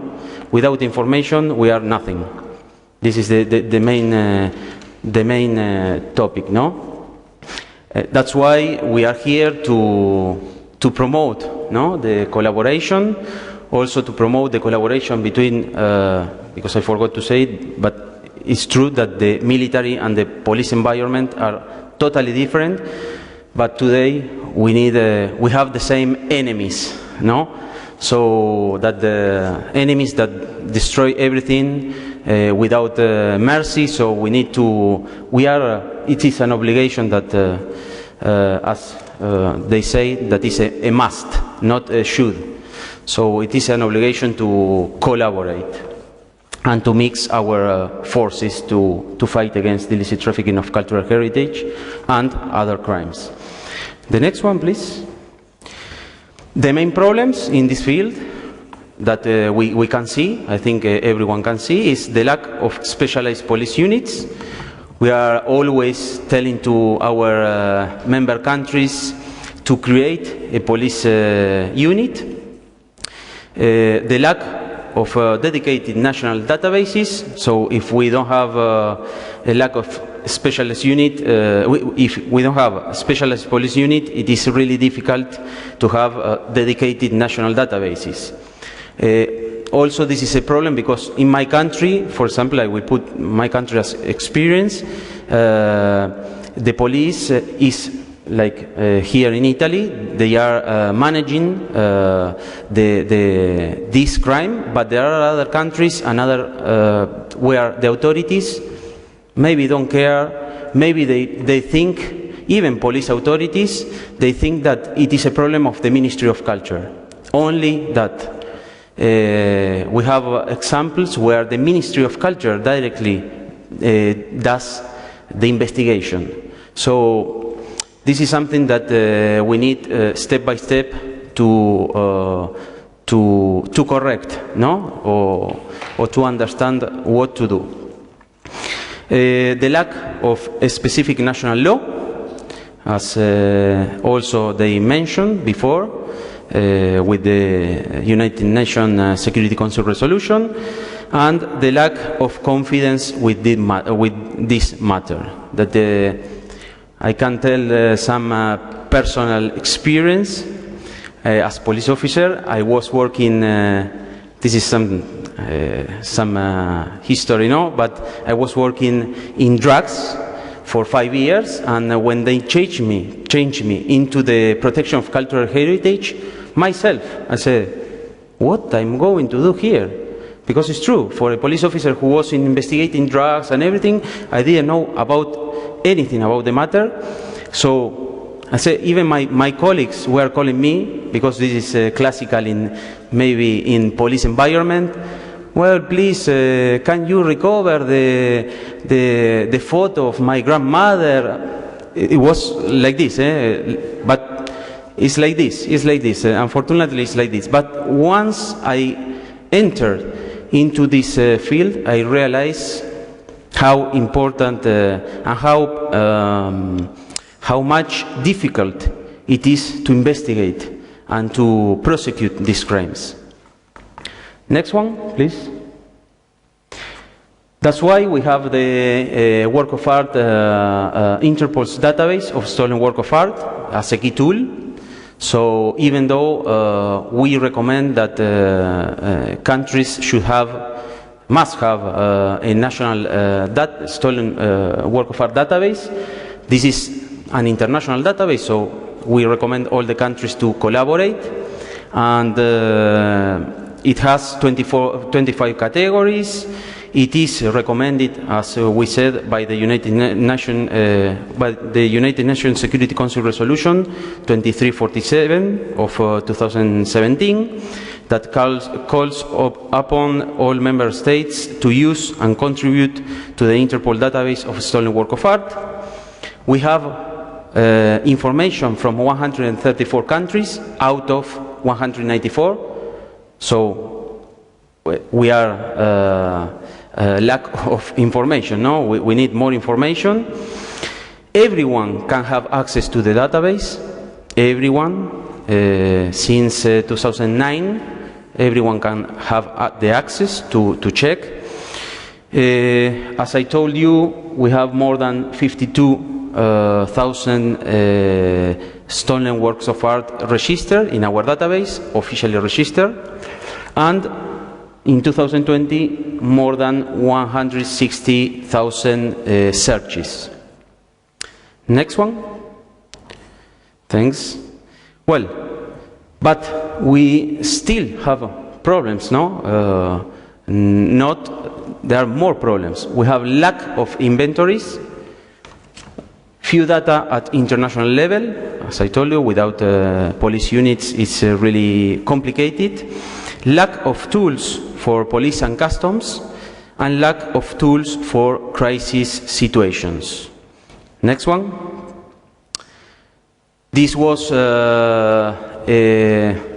this is the main product today, currently, of Interpol. Okay, maybe we are not the pioneer. The pioneer are, as we were speaking yesterday and today, the pioneer are Carabinieri with the application, no, with their national TPC application is okay, TPC application. But in this moment, this is the international one. So this is a very good tool for those who are in the field. As you can see, is not access controlled, so any one of you, and I recommend you, and I request you, kindly request you, to download this application, and for those who you know that they are fighting in this field, please tell them to download the application. This is very, very, here Bergoncini, Mr. Bergoncini, he has it, I have it, so it is really easy. You can download it from Google apps and for Android and for iOS. So it is easy. Well, this is like a hand, an extension of the Interpol work of art database.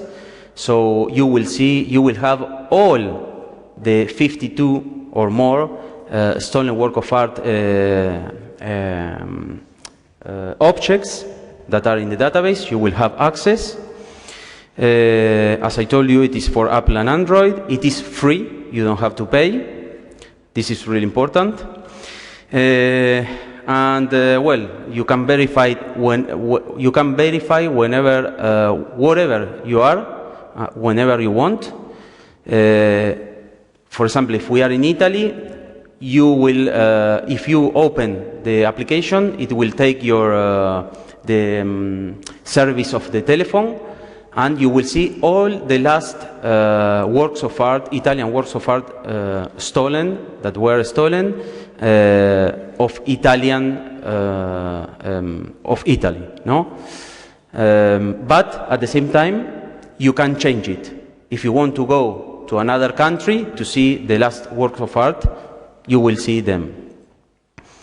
And the app, well, can also be used to do inventories with the objects ID, so you can have your own inventory, and also site cards. We will see in the next one. The most important thing, that is not controlled by Interpol. We are not seeing what you do, what you don't do, so you can do whatever you want, you can play, but this is the most important thing, to contact us. Whatever you need, contact us. You have also, the application has an option that is report to Interpol. So reporting to Interpol, you can tell us whatever you need to tell us, or whatever you want to know. Next one. This is the main interface. So as I told you, it has on-the-go access. Wherever you are, you will see the works of art. It has a manual search based on the object ID, and it has a visual search. You can take a picture, and also it has some filters. Something to say about the application, that it has not all the information that is in the database, because for the database through the website, you need to ask us the permission. No, it will not be rejected, but you need the permission of Interpol to enter through the website, because you will see some information more. We did it like this because this is really friendly and quick. No, it's a quick access. Next one. Also, as I told you, you can create your objects ID in my inventory and sites card. So the sites cards can be done for your own interest of a place, for crisis situations, or to inform to the authorities about maybe archaeological places that are being looted or well, damaged. Next one, please. And the last slide, like the statistics about this ID art until today. So we have since 6 May of 2021, we have more than 2,000 downloads in 146 countries. There is the average use time, that I think is short, because if one person needs to check and to do a research, everything should be a bit more, but at least 8 minutes per person is already very good. We have the rating of the application. Even if you have some comments after, you can contact us, and we will note those comments. Maybe we can improve the application. Visual and manual searches, the active users today, the top 5 countries. One of them, of course, is Italy, also Netherlands, that we were speaking with one colleague from Netherlands, well, France, and USA, and India. And finally, well, the officers that we train on this, we have a specific train on this application, even if it's really friendly and easy, but sometimes we need to explain why we are using this application, for which purpose. Because sometimes I can present you, yes, this is the application, but maybe the police officers or military, they don't know the real purpose of this application. And, well, we have a lot of articles published on the media. So, next one. These are my contacts. I try to be really concrete, concise, and I hope everything is really clear. And, well, thank you very much. Muchas gracias, Major. I have, sorry, I have only 10 of these, and I have this that is like a brochure of you can download with a QR code. Okay. Thank you so much. I mean, you touch upon several important items, I would say. But I mean, I would like to underline, before giving you the floor if you have any question, the fact that Interpol does need information. And as Lieutenant Colonel Ellero underlined, stability policing is one of the main actors in a fragile state which can provide this information, can be a conduit between the host nation law enforcement and Interpol back in Lyon. What is most important to underline that sometimes the Interpol National Country Bureau doesn't exist in fragile state, which is important to underline because, I mean, the conduit is lacking in the fragile state itself. Yes, the Carabinieri Corps are the pioneer in cultural property protection, and I would like to greet now Gian Roberto Riccardi, who just managed to arrive here. He was very busy with other commitments, and he flew from Rome a couple of minutes ago. So welcome, General. We are looking forward to hearing from you after lunch. So thank you so much for coming, sir. So without further ado, I think, whether, do you have any queries for Major Gonzalo? Yes, please. Colonel Michele Piasutti, 1 second, the mic is coming. Wait, Michele. Thank you. This is streamed, so we need to utilize the microphone for those who are following. Good morning, everybody. I have a curiosity. I would like to know if it is possible to identify a kind of enemy. So, I mean, who are the thieves? Who are the organizations that are dealing on the other side of this fighting with the theft of artistical items? Thank you.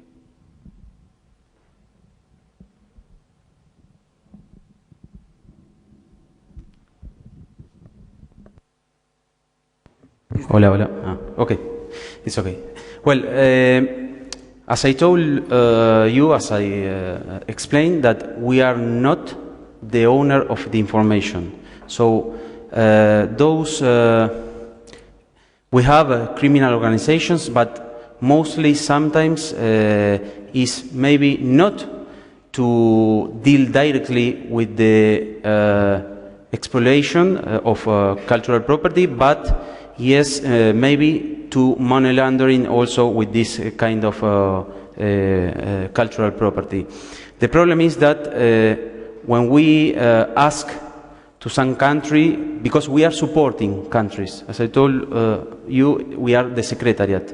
So this is something that countries maybe have more information about the criminal organizations itself. For example, we have here a colleague from Spain.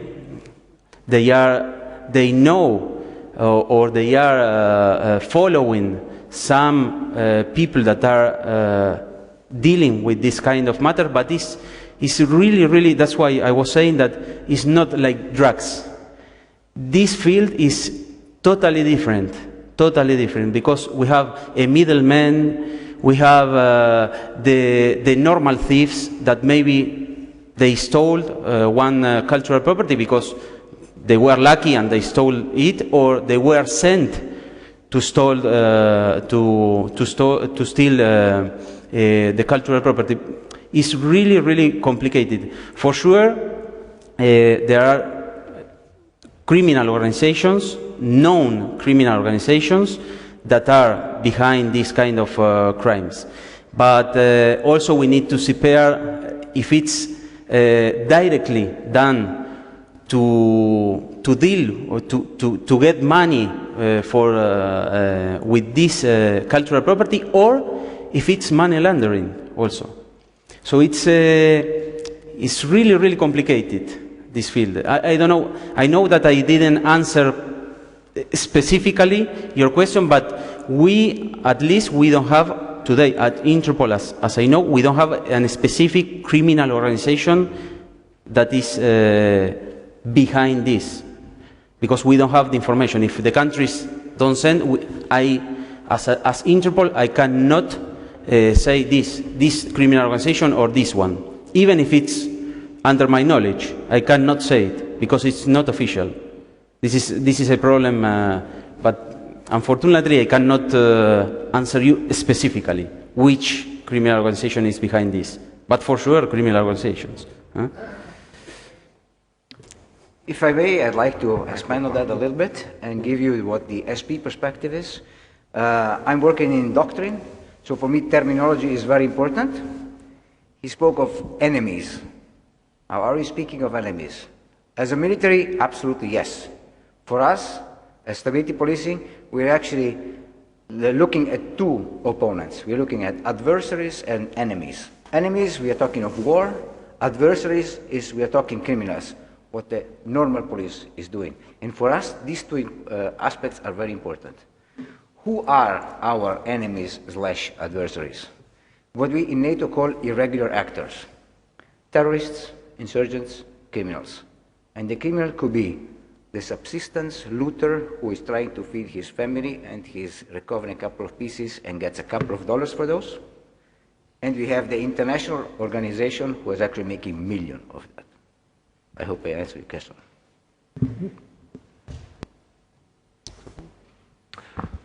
Okay, thank you very much. Just a quick token to measure.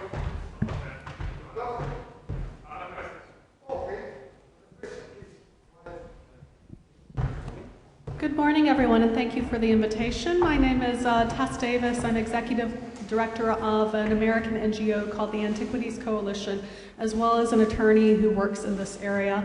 And we've been very honored to work closely with the US government, particularly our FBI and Homeland Security investigations, who are doing amazing work in this field. So we were very disappointed to see that the United States did not contribute statistics to your most recent report. Given how many seizures are taking place there. And I was just wondering if you could speak about how groups like ours, how academics or non-governmental organizations can help encourage our governments to better contribute to the important work you're doing, because we know this data, the statistics are very important. Thank you. No, for sure. United States, we have a good relationship with United States because you have under the FBI is the FBI Art Crime Unit. So I don't have anything to say about United States. And for the organizations that work closely or not with the police, they should only encourage and try to not to approach directly. This is my experience, not to approach directly to the police, but to the authorities. Because if you don't have like a political or maybe police high support, we cannot do anything.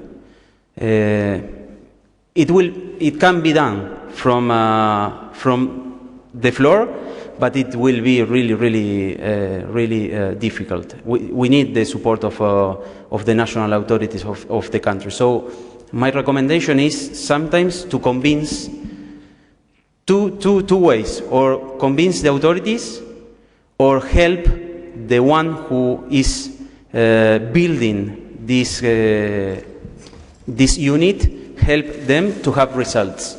Because with the results, the authorities will be paying attention. So two ways. This is my advice in my experience.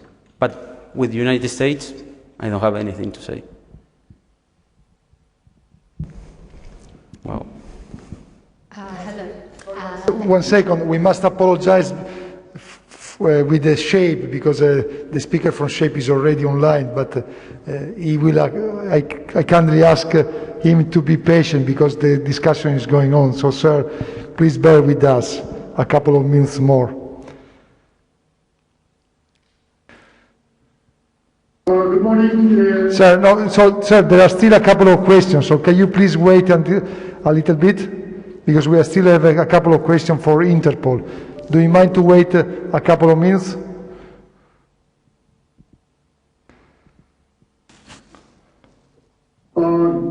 morning, I assume you hear me. If you hear, can you raise your hand, please? Yes, sir. The question is, can you please wait a couple of minutes because we have still a couple of questions for the Interpol speaker. I know that we are a little bit behind the schedule, but my question is, can you please wait a little bit? Okay. Okay, sorry. So sorry, sir. Thank you. Please. Thank you. Hello. My name is Costanza Musu. I'm a professor at the University of Ottawa in Canada. I have a question on the database, and the question is, would it be fair to say that one of the main purposes of the database is kind of as a deterrent, because as the stolen artwork is published, obviously it becomes so much harder to sell, because of course as much as we can consult it to see what is stolen, equally the criminal can consult it to see whether it's been flagged as stolen.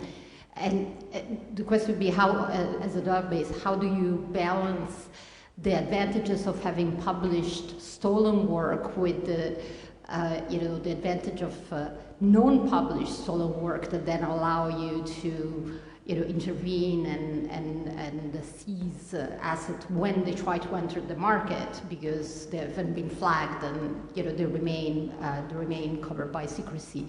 How do you balance those two needs of deterrence versus investigation? Thank you. Well, complicated, but no, I think the international works of art database was done in 1995 because of the UNIDROIT Convention. Is also because of the good faith. The first published notice of Interpol was in 1946-47, but the database itself, it was after UNIDROIT Convention, that is for private law. So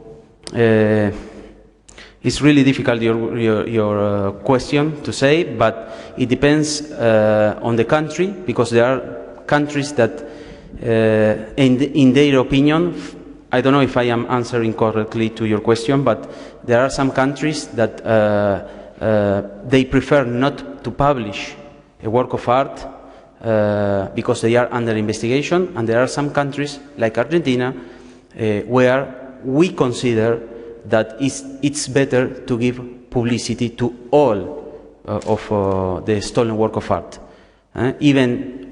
Even who checked, we don't care who checked. If it's one one organization, if it's a criminal, we don't care. We care the publicity of the work of art because it gives us the floor to say the work of art was published. So you don't have anything to say after if you could check it.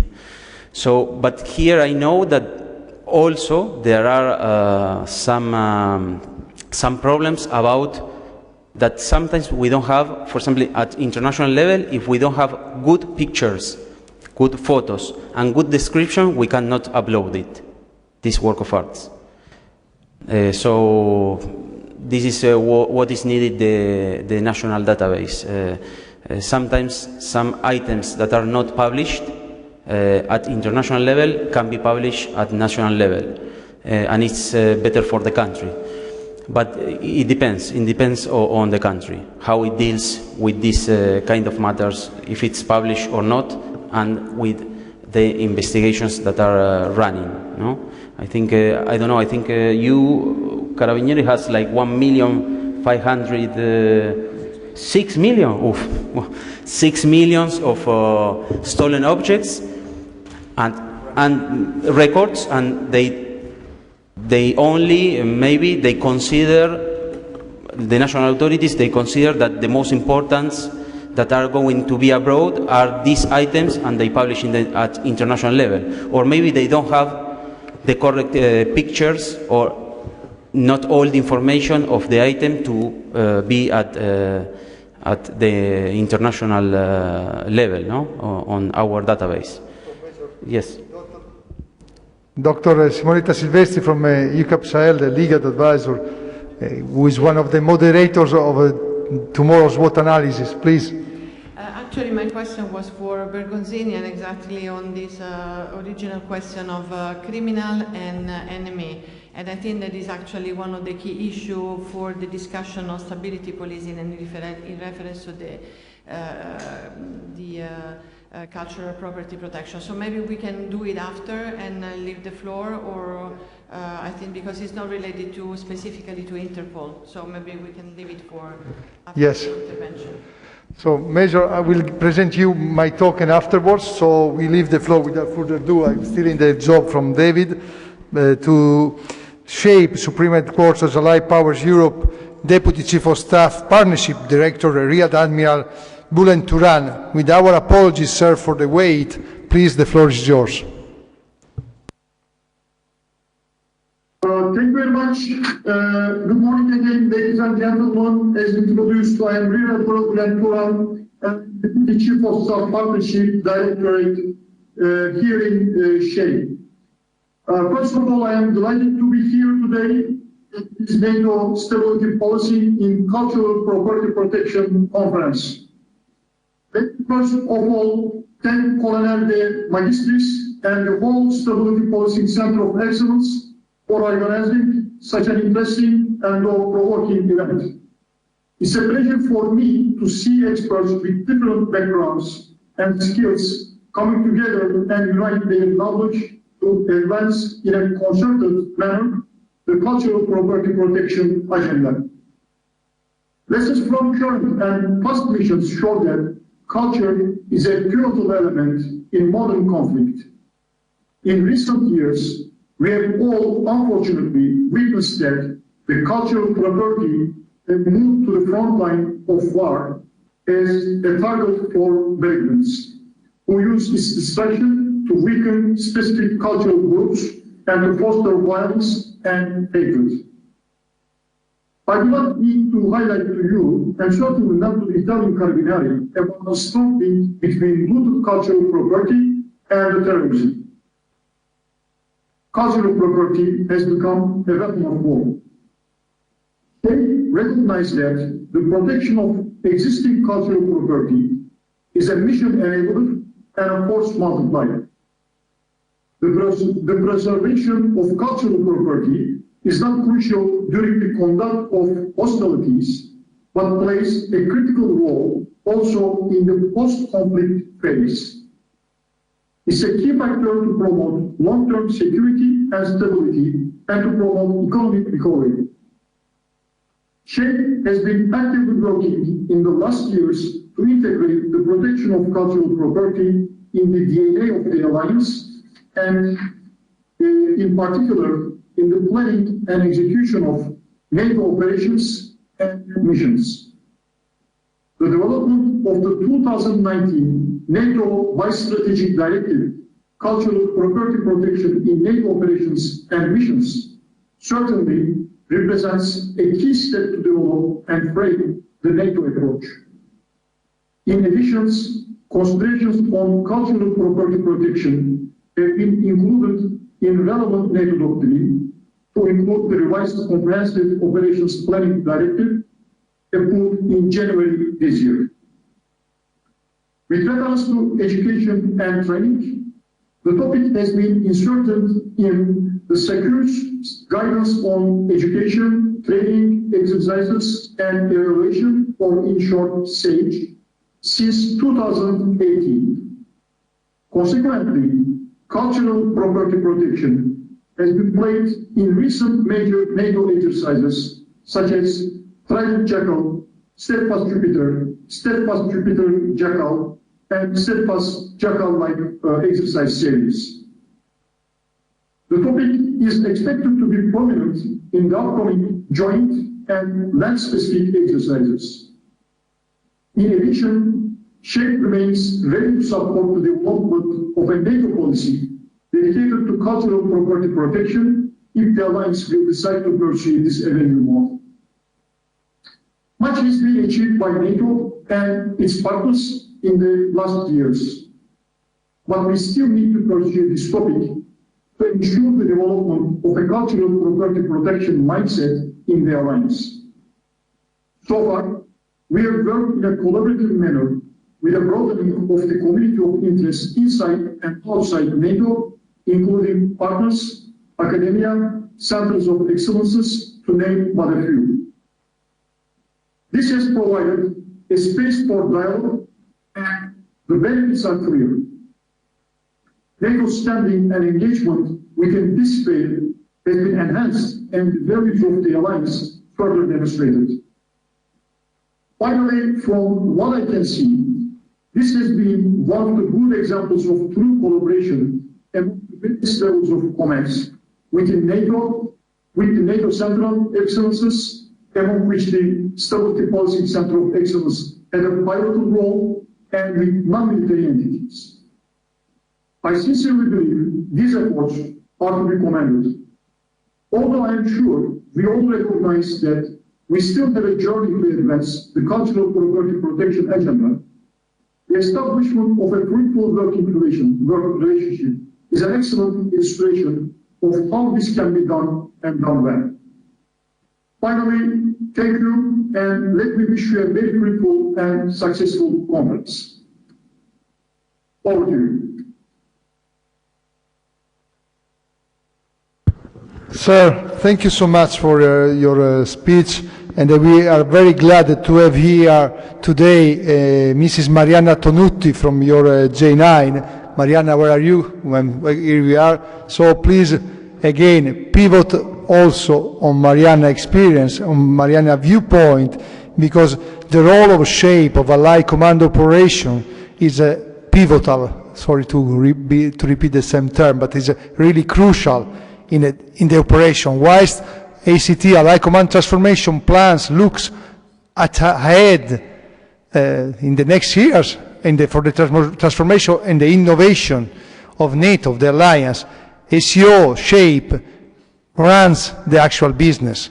So it's really important. Thank you so much, sir, for allowing Marianna traveling here to Vicenza, because we are sure that she will be really a great asset in our endeavor tomorrow in the SWOT analysis and in the following day as well. So, Teshenkure, sir. Thank you so much for attending this event, albeit online, and you have an open invitation, but I will write you back to thank you officially for your very kind speech. You have an open invitation to the center whenever you are available. Many thanks. Thank you very much. It's always our pleasure to contribute to these platforms, and I wish you a successful meeting throughout the rest of the day. Thank you, sir.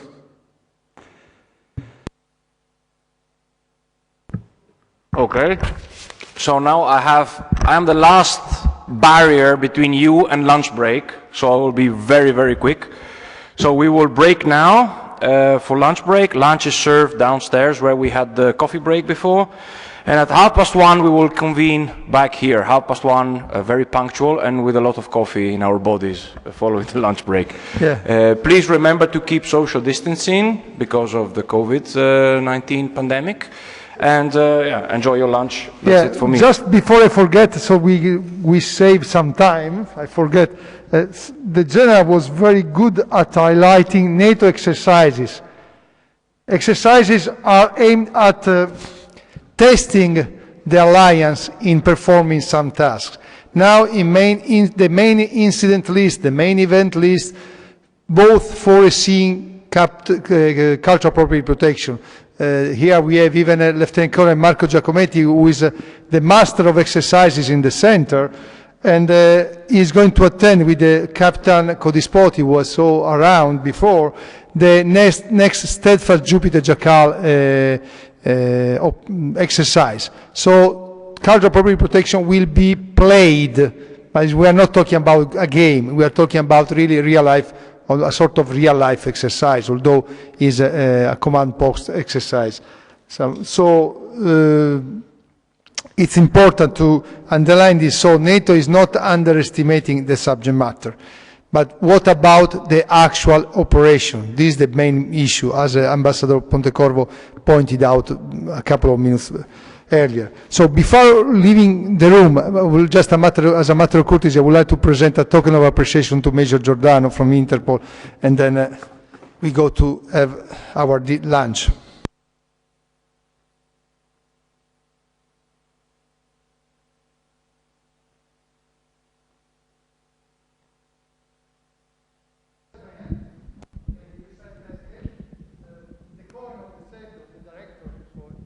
The coin is is a small token of appreciation. In the past, in the armies, I mean, especially in the Anglo-Saxon world, it bears even some value. Now, I mean, it bears just the value of our gratitude to you, to Interpol, for attending this event. So I do like this. Thank you very much. And thank you to you. This is something, keep your, when you shuffle, you have to shuffle papers. You can avoid to have some wind which remove the paper. So you put this stuff, and it's even a lens, so which gives, our blue lens, the police lens. We, to reply to Michele Biasutti, we look the same issue from a different perspective, with the different glasses. So, but it doesn't mean that one kind of glasses is better than the other one. So we work in unison with the military, and we are military indeed. So thank you so much. Thank you very much. I am really honored. Thank you. Now,